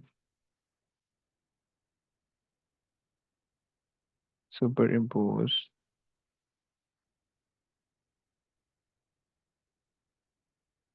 on each other। सही है। मैं इसमें ये नहीं लिख रहा हूँ कि moving with the same speed, क्योंकि एक ही वेव है, सही है, तो इस वजह से मैं नहीं लिख रहा हूँ, लेकिन हम देख लेंगे कि क्या वो लिखता है नहीं लिखता। हो गया। तुमसे कह रहा है कि the length L is adjust between 0.2 to 0.21 metre. Calculate the two values of L for which the stationary wave are formed. सही है। सो हम सबसे पहले तो एफ फ्रीक्वेंसी नहीं दी हुई, वेवलेंथ दी हुई है, सही है। Lambda is equals to N, L is equals to N lambda over 4। सही, ये हमारे पास फॉर्मूला होता है। हम जो है वेवलेंथ तो कांस्टेंट है, राइट। सो अगर हम फर्स्ट ऑर्डर के लिए बात करें, यानी फर्स्ट लाउड साउंड के लिए, एन हो जाएगा 1, और लैम्डा हमारे पास है 0.68, राइट, डिवाइड बाई 4। जरा करना कितने एल आ रहे हैं।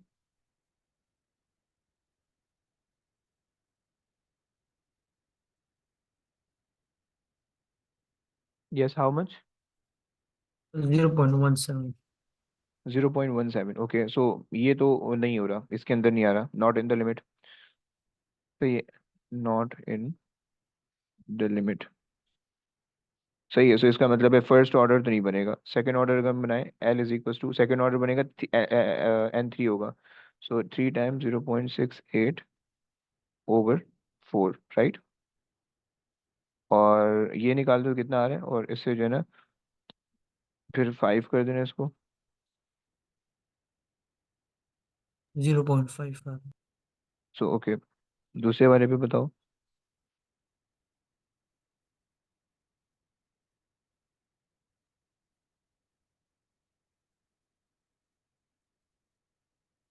0.85। 0.85 समझ में आया बच्चे, समझ में आया भैया अब्दुल्ला कासिम, यस। सर मुझे नहीं आया। ओके, भैया आपको आया, कासिम आपको आया। सर मुझे ये समझ नहीं आ रहा कि आप एन की जगह 135 यूज करें। ओके ओके, बता दो। ओके अब्दुल्ला, आपको क्या समझ में नहीं आया या कुछ भी नहीं आया।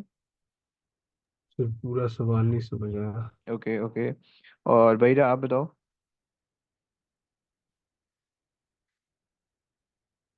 भैया लगता है सो गई है।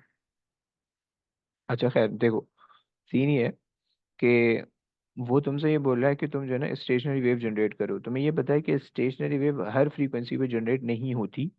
सिमिलरली स्टेशनरी वेव हर लेंथ पे भी जनरेट नहीं होती, राइट? तो आपको लेंथ ऑफ द ट्यूब को एडजस्ट करना पड़ता है स्टेशनरी वेव को बनाने के लिए। पहला कॉन्सेप्ट ये था, ये समझ में आया? यस। यस सर, आ गया। ओके। दूसरा कॉन्सेप्ट, जब स्टेशनरी वेव में एक एंड क्लोज है और एक एंड ओपन है तो हमेशा हमारे पास क्लोज एंड पे नोड बनता है, ओपन एंड पे एंटी नोड बनता है। क्या ये दूसरा कॉन्सेप्ट समझ में आता है? जी सर। ओके। तीसरा कॉन्सेप्ट, जो क्लोज एंड पे जो स्टेशनरी वेव बनेगी उसका जो फर्स्ट हार्मोनिक बनेगा उसके लिए एन की वैल्यू होगी 1, राइट? सो ये this is the first standing wave, first standing wave, right? Second standing wave पे एन की वैल्यू होगी 3, राइट? क्योंकि 3 क्वार्टर अंदर आएंगे, सही है। सेकेंड स्टैंडिंग वेव ये बनेगी। थर्ड स्टैंडिंग वेव पे एन की वैल्यू होगी 5, सही है। सो this is the third standing wave, right? Fourth standing wave के लिए एन की वैल्यू होगी 7, सो this is the fourth standing wave. सही हो गया? कासिम ये बात समझ में आई? अब्दुल्ला ये बात समझ में आई आप लोगों को? जी सर। सही है। इस वजह से मैं एन की वैल्यू 1 2 3 के बजाय 1 3 5 7 कर रहा हूँ, सही है। आप पूछ सकते हो कि 1 2 3 कब किया जाएगा? 1 2 3 तब किया जाएगा या तो तब दोनों एंड क्लोज हो या दोनों एंड ओपन हो। जैसे एक स्ट्रिंग होती है आपके पास, आपने उनको फिक्स एंड से वो कर दिया, आप ऑसिलेट करो, तो अब दोनों एंड इसके क्लोज हैं। या आपने पाइप ले लिया कि जिसके दोनों एंड ओपन है, सही है, तो उसके अंदर हम 1 2 3 करते हैं, राइट? ये भी कॉन्सेप्ट समझ में आ गया? जी सर। ओके। अब तीसरा कॉन्सेप्ट, ये तीन चीज हो गई। चौथा कॉन्सेप्ट, उसने एल की जो लेंथ ऑफ द ट्यूब है वो इसके बीच में रखी हुई है, राइट? लेंथ का जनरल फॉर्मूला होता है, जब वन एंड क्लोज होता है और द अदर एंड ओपन होता है तो एन लैम्डा ओवर 4 होता है। This is the general formula, right? Length के लिए, जहां पे एन किस तरह से चेंज होगा, 1 3 5 7 ऑड नंबर में, राइट? कासिम ये बात भी समझ में आई? जी सर। आखिरी बात, उसने ये रेंज दी हुई है। हम पहले एन की वैल्यू 1 रख लेते हैं कि पहली स्टैंडिंग वेव की पे लेंथ क्या रिक्वायर्ड होगी, वो हमारे पास आ गई, सही है। 0.1 करके आपने कुछ बताई, राइट? जो कि इस लिमिट से बाहर फॉल कर रही है, राइट? तो इसका मतलब है कि ये वाली लेंथ तो नहीं होगी, राइट? Is that clear? क्योंकि ये उसने दी भी नहीं है, इस रेंज के अंदर नहीं आ रही, राइट? फिर हमने सेकेंड स्टैंडिंग वेव बनाई 3 पे, थर्ड बनाई 5th पे, सही है। और उन दोनों की वेवलेंथ हमारे पास गिवन लिमिट के अंदर आ रही थी, तो हमने इसलिए उसको कोट कर दिया, राइट? कासिम, अब्दुल्ला ये बात समझ में आई? जी सर। सर जब क्लोज एंड होते हैं तो तब हम ये फॉर्मूला इस्तेमाल करते हैं ना? देखो, क्लोज एंड ओपन एंड के लिए फॉर्मूला यहाँ पे जो है ना सिर्फ यस, एक्चुअली यस। और फॉर्मूले में चेंजेस क्या होंगे? अगर क्लोज एंड ओपन एंड होगा, क्लोज एक एंड क्लोज होगा और एक एंड ओपन होगा, तो ये वाला फॉर्मूला है। दोनों एंड क्लोज है, दोनों एंड ओपन है, तो यहाँ पे 4 के बजाय 2 आ जाएगा और एन जो है वो 1 2 3 चलेगा, राइट? लेकिन खैर अभी जी। फिलहाल क्लोज एंड के लिए बात करें तो क्लोज एंड के लिए यही फॉर्मूला है, सही है। अब्दुल्ला आपको भी समझ में आया? अब्दुल्ला? यस सर, आ गया। Okay perfect. अच्छा जी, आगे चलते हैं। On the figure 6.2 label the position of the antinode with A and node with N for the values for the least value of L for which the stationary wave is form, सही है। अब ये बोल रहा है कि for the least value of L for the stationary wave form, सही है।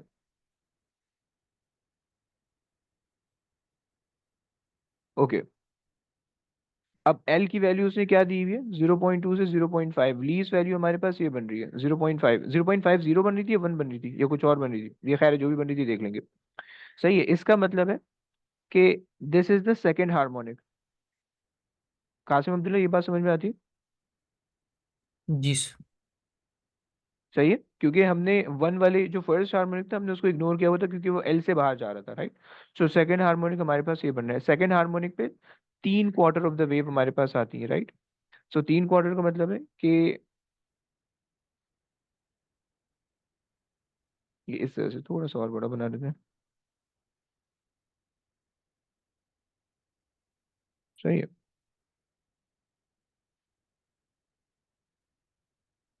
ये 3 क्वार्टर ऑफ द वेव आ रही है, राइट?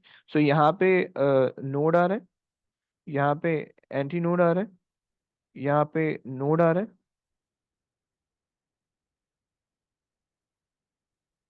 यहाँ पे एंटी नोड आ रहा है, राइट? देखो प्लीज इस चीज का ध्यान रखना कि तुम्हारे पास जो नोड और एंटी नोड है वो इक्वल इक्वल डिस्टेंसेस पे हो, right? You don't need to draw the wave, right? You don't need to draw this whole thing. मैंने सिर्फ तुम्हें समझाने के लिए बताया, लेकिन ये तुमने याद रखना है कि बाय आई देखने से पता चलना चाहिए कि ये तीनों सेम डिस्टेंस पे। तुम स्केल ले लो और इक्वली डिस्टेंस पे जो है ना इसको मार्क कर देना, राइट? क्लियर हो गया बच्चों? निमट गया। जी आ जाओ ये देख लेते हैं। ये बहुत सिंपल से था, 0.51 आ रहा है। ओके ओके, सही है। ओके, सही है। अगर हम इसकी एग्जामिनर रिपोर्ट देखें, so this was generally well answered manuscript. A common problem was to omit the state that the reflected wave interfere और ओवरलैप, राइट? तुम्हें ये लिखना है, ये इंपॉर्टेंट है। वो अगर तुम्हारे पास वेव रिफ्लेक्ट हो रही है तो उसकी स्पीड भी सेम होगी, उसकी फ्रीक्वेंसी वेवलेंथ सब सेम होगी। बट अगर तुम्हारे पास दो डिफरेंट सोर्सेज हैं, then you have to mention कि दो डिफरेंट सोर्सेज से स्पीड सेम होनी चाहिए, फ्रीक्वेंसी, वेवलेंथ, एम्पलीट्यूड, सारी चीजें सेम होनी चाहिए, ऑपोजिट डायरेक्शन में ट्रैवल होनी चाहिए और सुपर इम्पोज होनी चाहिए, right? If you have one source and that source is incident on some reflecting surface and it get reflected, or reflected wave or incident wave जब overlap हो रही, then you just need to mention the overlapping, right? और incident और reflected wave के बारे में, सही है? So the most common answer was this and 0.34. Only a small number of candidates determined the correct value. आई ये अच्छा, तो उन्होंने मेरे ख्याल से क्लोज एंड का दोनों दोनों सेम एंड का लगा दिया शायद ये फार्मूला, तो इस वजह से on those diagram where more than one node and one antinode were labeled, intermediate node and antinode were sometime not equally spaced. देख लो ये equally spaced इस का फड्डा डाला हुआ है उसने। Frequently a node and antinode was shown at the center of the tube, right? देखो तुम्हें तमीज से स्केल पकड़ के ना इसको यहाँ पे एंटीनोड बना रहे हो, इक्वली स्पेस्ड होने चाहिए, राइट? चलो आगे आ जाओ, थोड़ा सा बाकी है बस निपटा दें। A steel wire has a cross-sectional area 15 ultimate tensile stress. Okay, calculate the maximum tension. Force है, so tension over area, सही है। फोर्स अपॉन एरिया होता है तो फोर्स यहाँ पे टेंशन की फॉर्म में लग रही होगी, सही है। सो तुम्हें जो है ना 4.5 एक्सपोनेंट 8, राइट, मल्टीप्लाई कर दो। एरिया तुम्हें दिया हुआ 15 मिलीमीटर स्क्वायर है, सो एक्सपोनेंट -3 का स्क्वायर करोगे तो -6 हो जाएगा, राइट? टेंशन आ रही होगी, सही है। तुम्हें पता है कि 1 मिलीमीटर किसके बराबर होता है? 1 एक्सपोनेंट -3 के बराबर होता है। और 1 मिलीमीटर स्क्वायर किसके बराबर होता है? 1 एक्सपोनेंट -6 के, राइट? और 1 मिलीमीटर क्यूब किसके बराबर होगा? 1 एक्सपोनेंट -9 के। ये पता होना चाहिए तुम्हें, सही। निकाल दो कितना आ रहा है। यस, 6750। 6750। ओके, सो हम 6800 कर लेते हैं। 6800, ओके। सो तुमसे कहता है कि the steel of the wire has a density this much, the wire is hung vertically. Okay, calculate the maximum length of the wire of the steel wire that could be hung vertically, therefore the wire break under its own weight. इसको हम किस तरह से assess करें?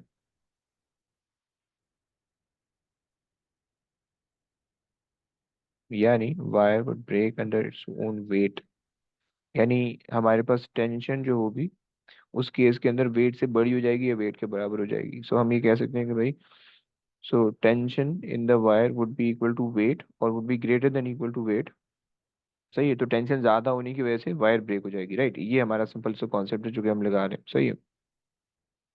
So tension की value हमारे पास आ रखी है, सही है। अच्छा, वेट तो हमें नहीं दिया हुआ, राइट? ओके, सो हमें लेंथ ऑफ द वायर दी हुई है, मतलब हमें वायर दी हुई है, तो वायर को अगर हम देखें तो मास टाइम्स ग्रेविटी कर देते हैं, सही है। और मास हमें डेंसिटी के फॉर्म में दिया हुआ है, तो डेंसिटी को हम कर देते हैं रो टाइम्स वॉल्यूम टाइम्स जी, राइट? और फिर डेंसिटी, अच्छा फिर वॉल्यूम को हम रिप्लेस कर लेते हैं cross sectional area times length times G से, राइट? बच्चों तुम समझ पाए हो तुम लोग? मैं 6750 इसको ले रहा हूँ, 6750 जो पिछले पार्ट का आंसर था उसको ही मैं ले रहा हूँ। यस कासिम अब्दुल्ला, बताओ समझ पा रहे हो? जी सही है ना? सो तुमने टेंशन वेट के बराबर किस तरह होगी? बेसिकली जब आपको वायर, उसने कहा before the wire breaks under its own weight, मतलब जो है ना, ये अगर आपके पास लेट से वायर है, सही है, वायर का वेट यहाँ पे लग रहा होगा और वायर के अंदर टेंशन इधर को जनरेट हो रही होगी, राइट। अगर तो वायर इतनी भारी हो जाए कि उसकी वेट की वजह से वो मैक्सिमम उसके अंदर स्ट्रेचनेस आ जाए, तो उसके बाद एक पॉइंट आएगा वो ब्रेक हो जाएगी, राइट। मतलब अगर तुम रबर बैंड है, रबर बैंड को तुम बहुत ज्यादा खींचो खींचो खींचो, इवेंचुअली वो ब्रेक हो जाएगा, राइट, क्योंकि तुमने उसमें फोर्स एक्सटर्नली इतनी ज्यादा लगा दी है, राइट। तो यहाँ पे जो एक्सटर्नल फोर्स है वो वेट के तौर पे ऐड कर रही है और वो वायर को ब्रेक कर रही है। अब ब्रेक होने से पहले वाली पॉइंट की बात कर रहे हैं, राइट। समझ रहे भाई? यस ये सर। सही। अच्छा, एक चीज और, कि जब तुम फॉर्मूलाज लिख रहे हो तो फॉर्मूला को अलग से तुम मेंशन करोगे, सही, उसका नंबर देता है density is equal to mass upon volume, and volume is equal to base area into L, सही। ये सारी चीजें मेंशन करोगे, फिर यहाँ पे सब्स्टिट्यूट करना, अदरवाइज वो नंबर काट सकता है, सही। सो 6750 डिवाइड बाई डेंसिटी उसने दी हुई है 780, क्रॉस सेक्शनल एरिया उसने हमें दिया हुआ था 12, 12 था 15 था, 15 मिलीमीटर स्क्वायर, 15 एक्सपोनेंट -6, और जी में दिया हुआ है 9.81। सो ये हमारे पास आ जाएगा एल, जरा निकाल दो कितना है। आया समझ में, आया ना तुम लोग को?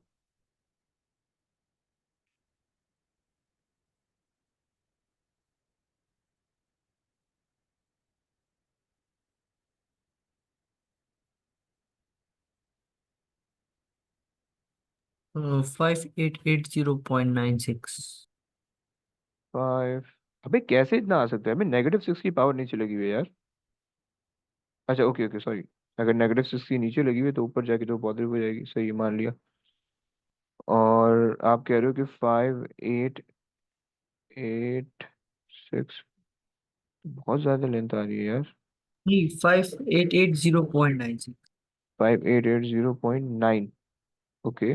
सो 1 2 3, तो मतलब हम ले लेते हैं 5.8 या 5.9 ले लेते हैं, एक्सपोनेंट 3, ऐसा ना।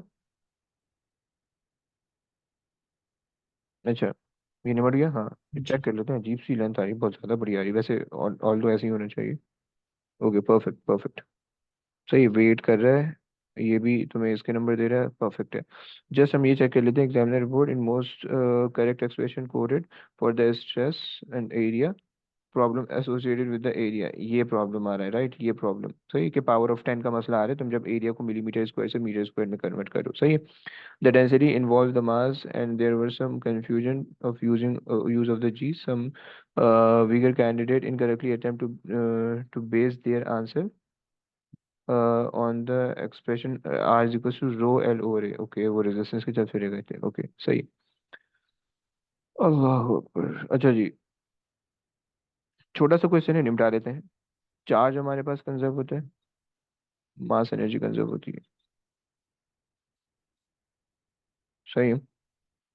Show that the kinetic energy, okay, तुम्हें पता होना चाहिए, half M V square kinetic energy बताती है, राइट।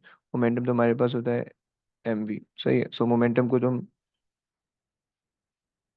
ये करो और यहाँ पे सब्स्टिट्यूट कर दो,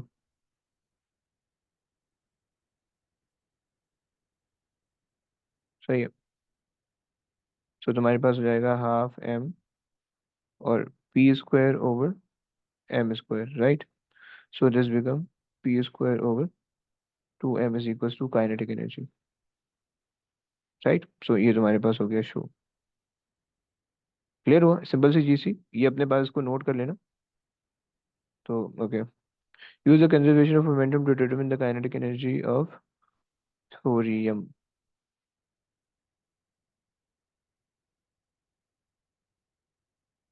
काइनेटिक एनर्जी कंजर्वेशन मोमेंटम से निकलवा रहे हैं, अच्छा जी। So the stationary nucleus of uranium decay to nucleus of thorium by emitting alpha particle, the kinetic energy of alpha particle is that much, okay।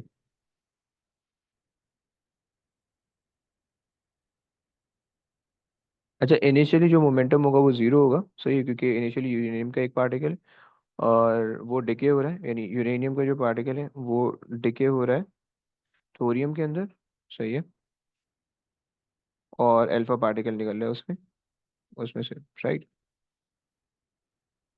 तो इन्होंने बताया हुआ the kinetic energy of the alpha particle is this much, use a conservation of to determine the kinetic energy in the thorium. Okay, so initially kinetic energy zero होनी चाहिए और after the collision kinetic energy जो भी होगी वो आपके पास इन दोनों के बराबर होनी चाहिए, सही, यानी after the collision kinetic energy, after the explosion basically, या आफ्टर द डिके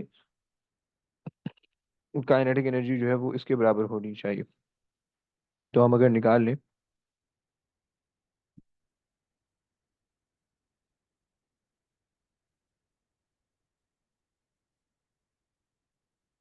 234, अरे यार तो लंबी करा रहा है।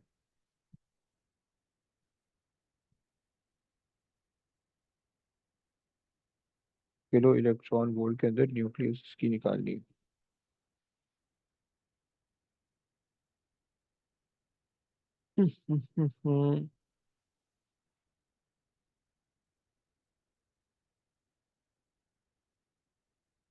हमें यहाँ से क्या चीज़ ऐसी चाहिए है, हमें इसने यहाँ पे मोमेंटम दिया हुआ है तो दोनों का मोमेंटम सेम होना चाहिए, इक्वल एंड ऑपोजिट होने चाहिए, सही है।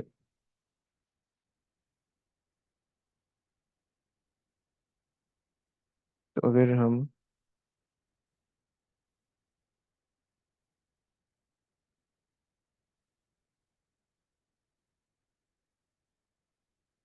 मोमेंटम ऑफ अल्फा पार्टिकल देखें,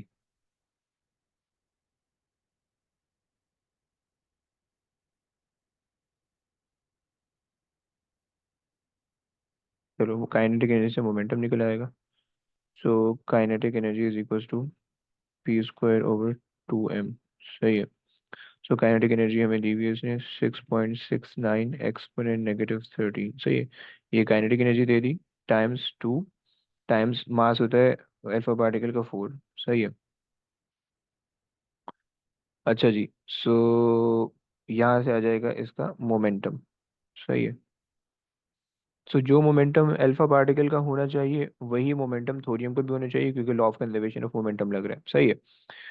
तो अगर वही मोमेंटम, अच्छा जी, ये आ गया, ये अल्फा पार्टिकल का मोमेंटम आ गया, सही है।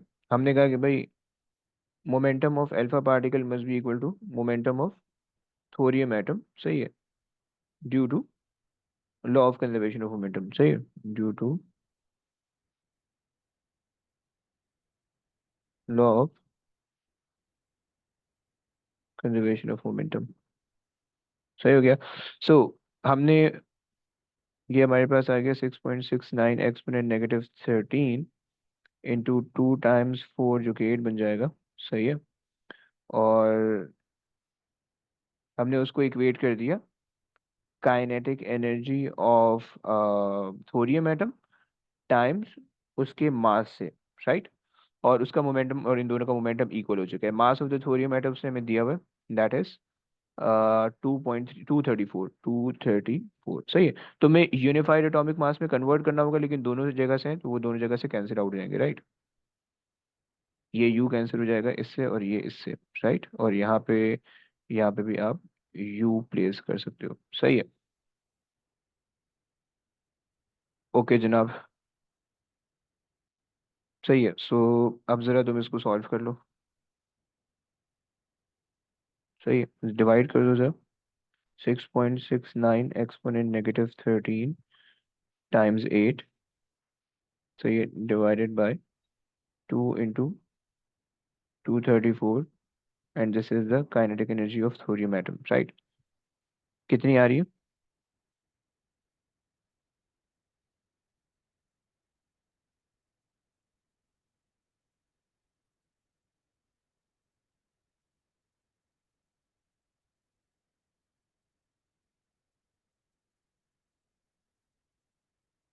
Yes, how much? So 1.14 into 10 power minus 14. -14 joule, ऐसे ही आ रही है कासिम आपकी भी? जी सर।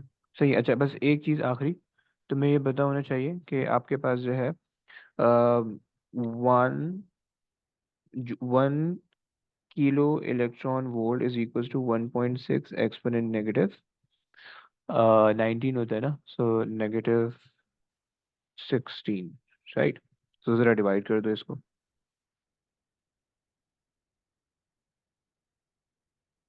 सही है। So you have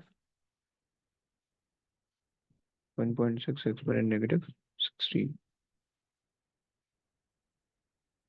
7.14 times 10 to the power minus 31. Minus 13 नहीं होगा ब्रो। नहीं 31 सर। अबे ऊपर नेगेटिव है, नीचे नीचे भी नेगेटिव है, वो पॉजिटिव हो जाएगा ना। 3 4 बचेगा, 2 3 4 बचेगा पावर में। 1.14 exponent negative 14 divided by 1.6 exponent negative 16, 7.123। मेरे पास 7.123 आ रहा है। अच्छा एक चीज मैं सही कर लेता हूँ, 19 सही इंटू 1 एक्सपोनेंट 3। हाँ सही है। 7.1 7.1 किलो इलेक्ट्रॉन वोल्ट यानी एक्सपोनेंट 3 आ रहा है। ये आ रहा है, सही हो गया। समझ रहे हो या नहीं समझ रहे हो? जी सर, मगर सर एक चीज बता अच्छा दी, ऊपर एक वाली जो आपने एक हाँ जी, बोलिए बोलिए बोलिए, 1 मिनट पास एक किया मिनट। था, उसमें 4 कहाँ से आया? मैं टू बता टाइम्स 4। मैं बता देता हूँ, ये मेरी एक वैल्यू मैंने गलत निकाल ली है। ये 71 आ रहा है, 71 भैया मिट जाना मेरे भाई। 71.25 बन रहा है, right. So this is incorrect, मैंने गलत कैलकुलेट किया था। सही है। अच्छा देखो, आपके पास अल्फा पार्टिकल है ना। अल्फा पार्टिकल का मतलब क्या होता है कि अल्फा पार्टिकल पे 2 प्रोटॉन है 2 न्यूट्रॉन है, तो 4 का मास है उसका, राइट। सो इस वजह से मैंने 4 लिया है, और इसका जो मास है, वो थोरियम का जो मास है वो 234 है, तो इसलिए मैंने उसका मास लिया, सही है। और यू जो था वो यूनिफाइड एटॉमिक मास था, सही है।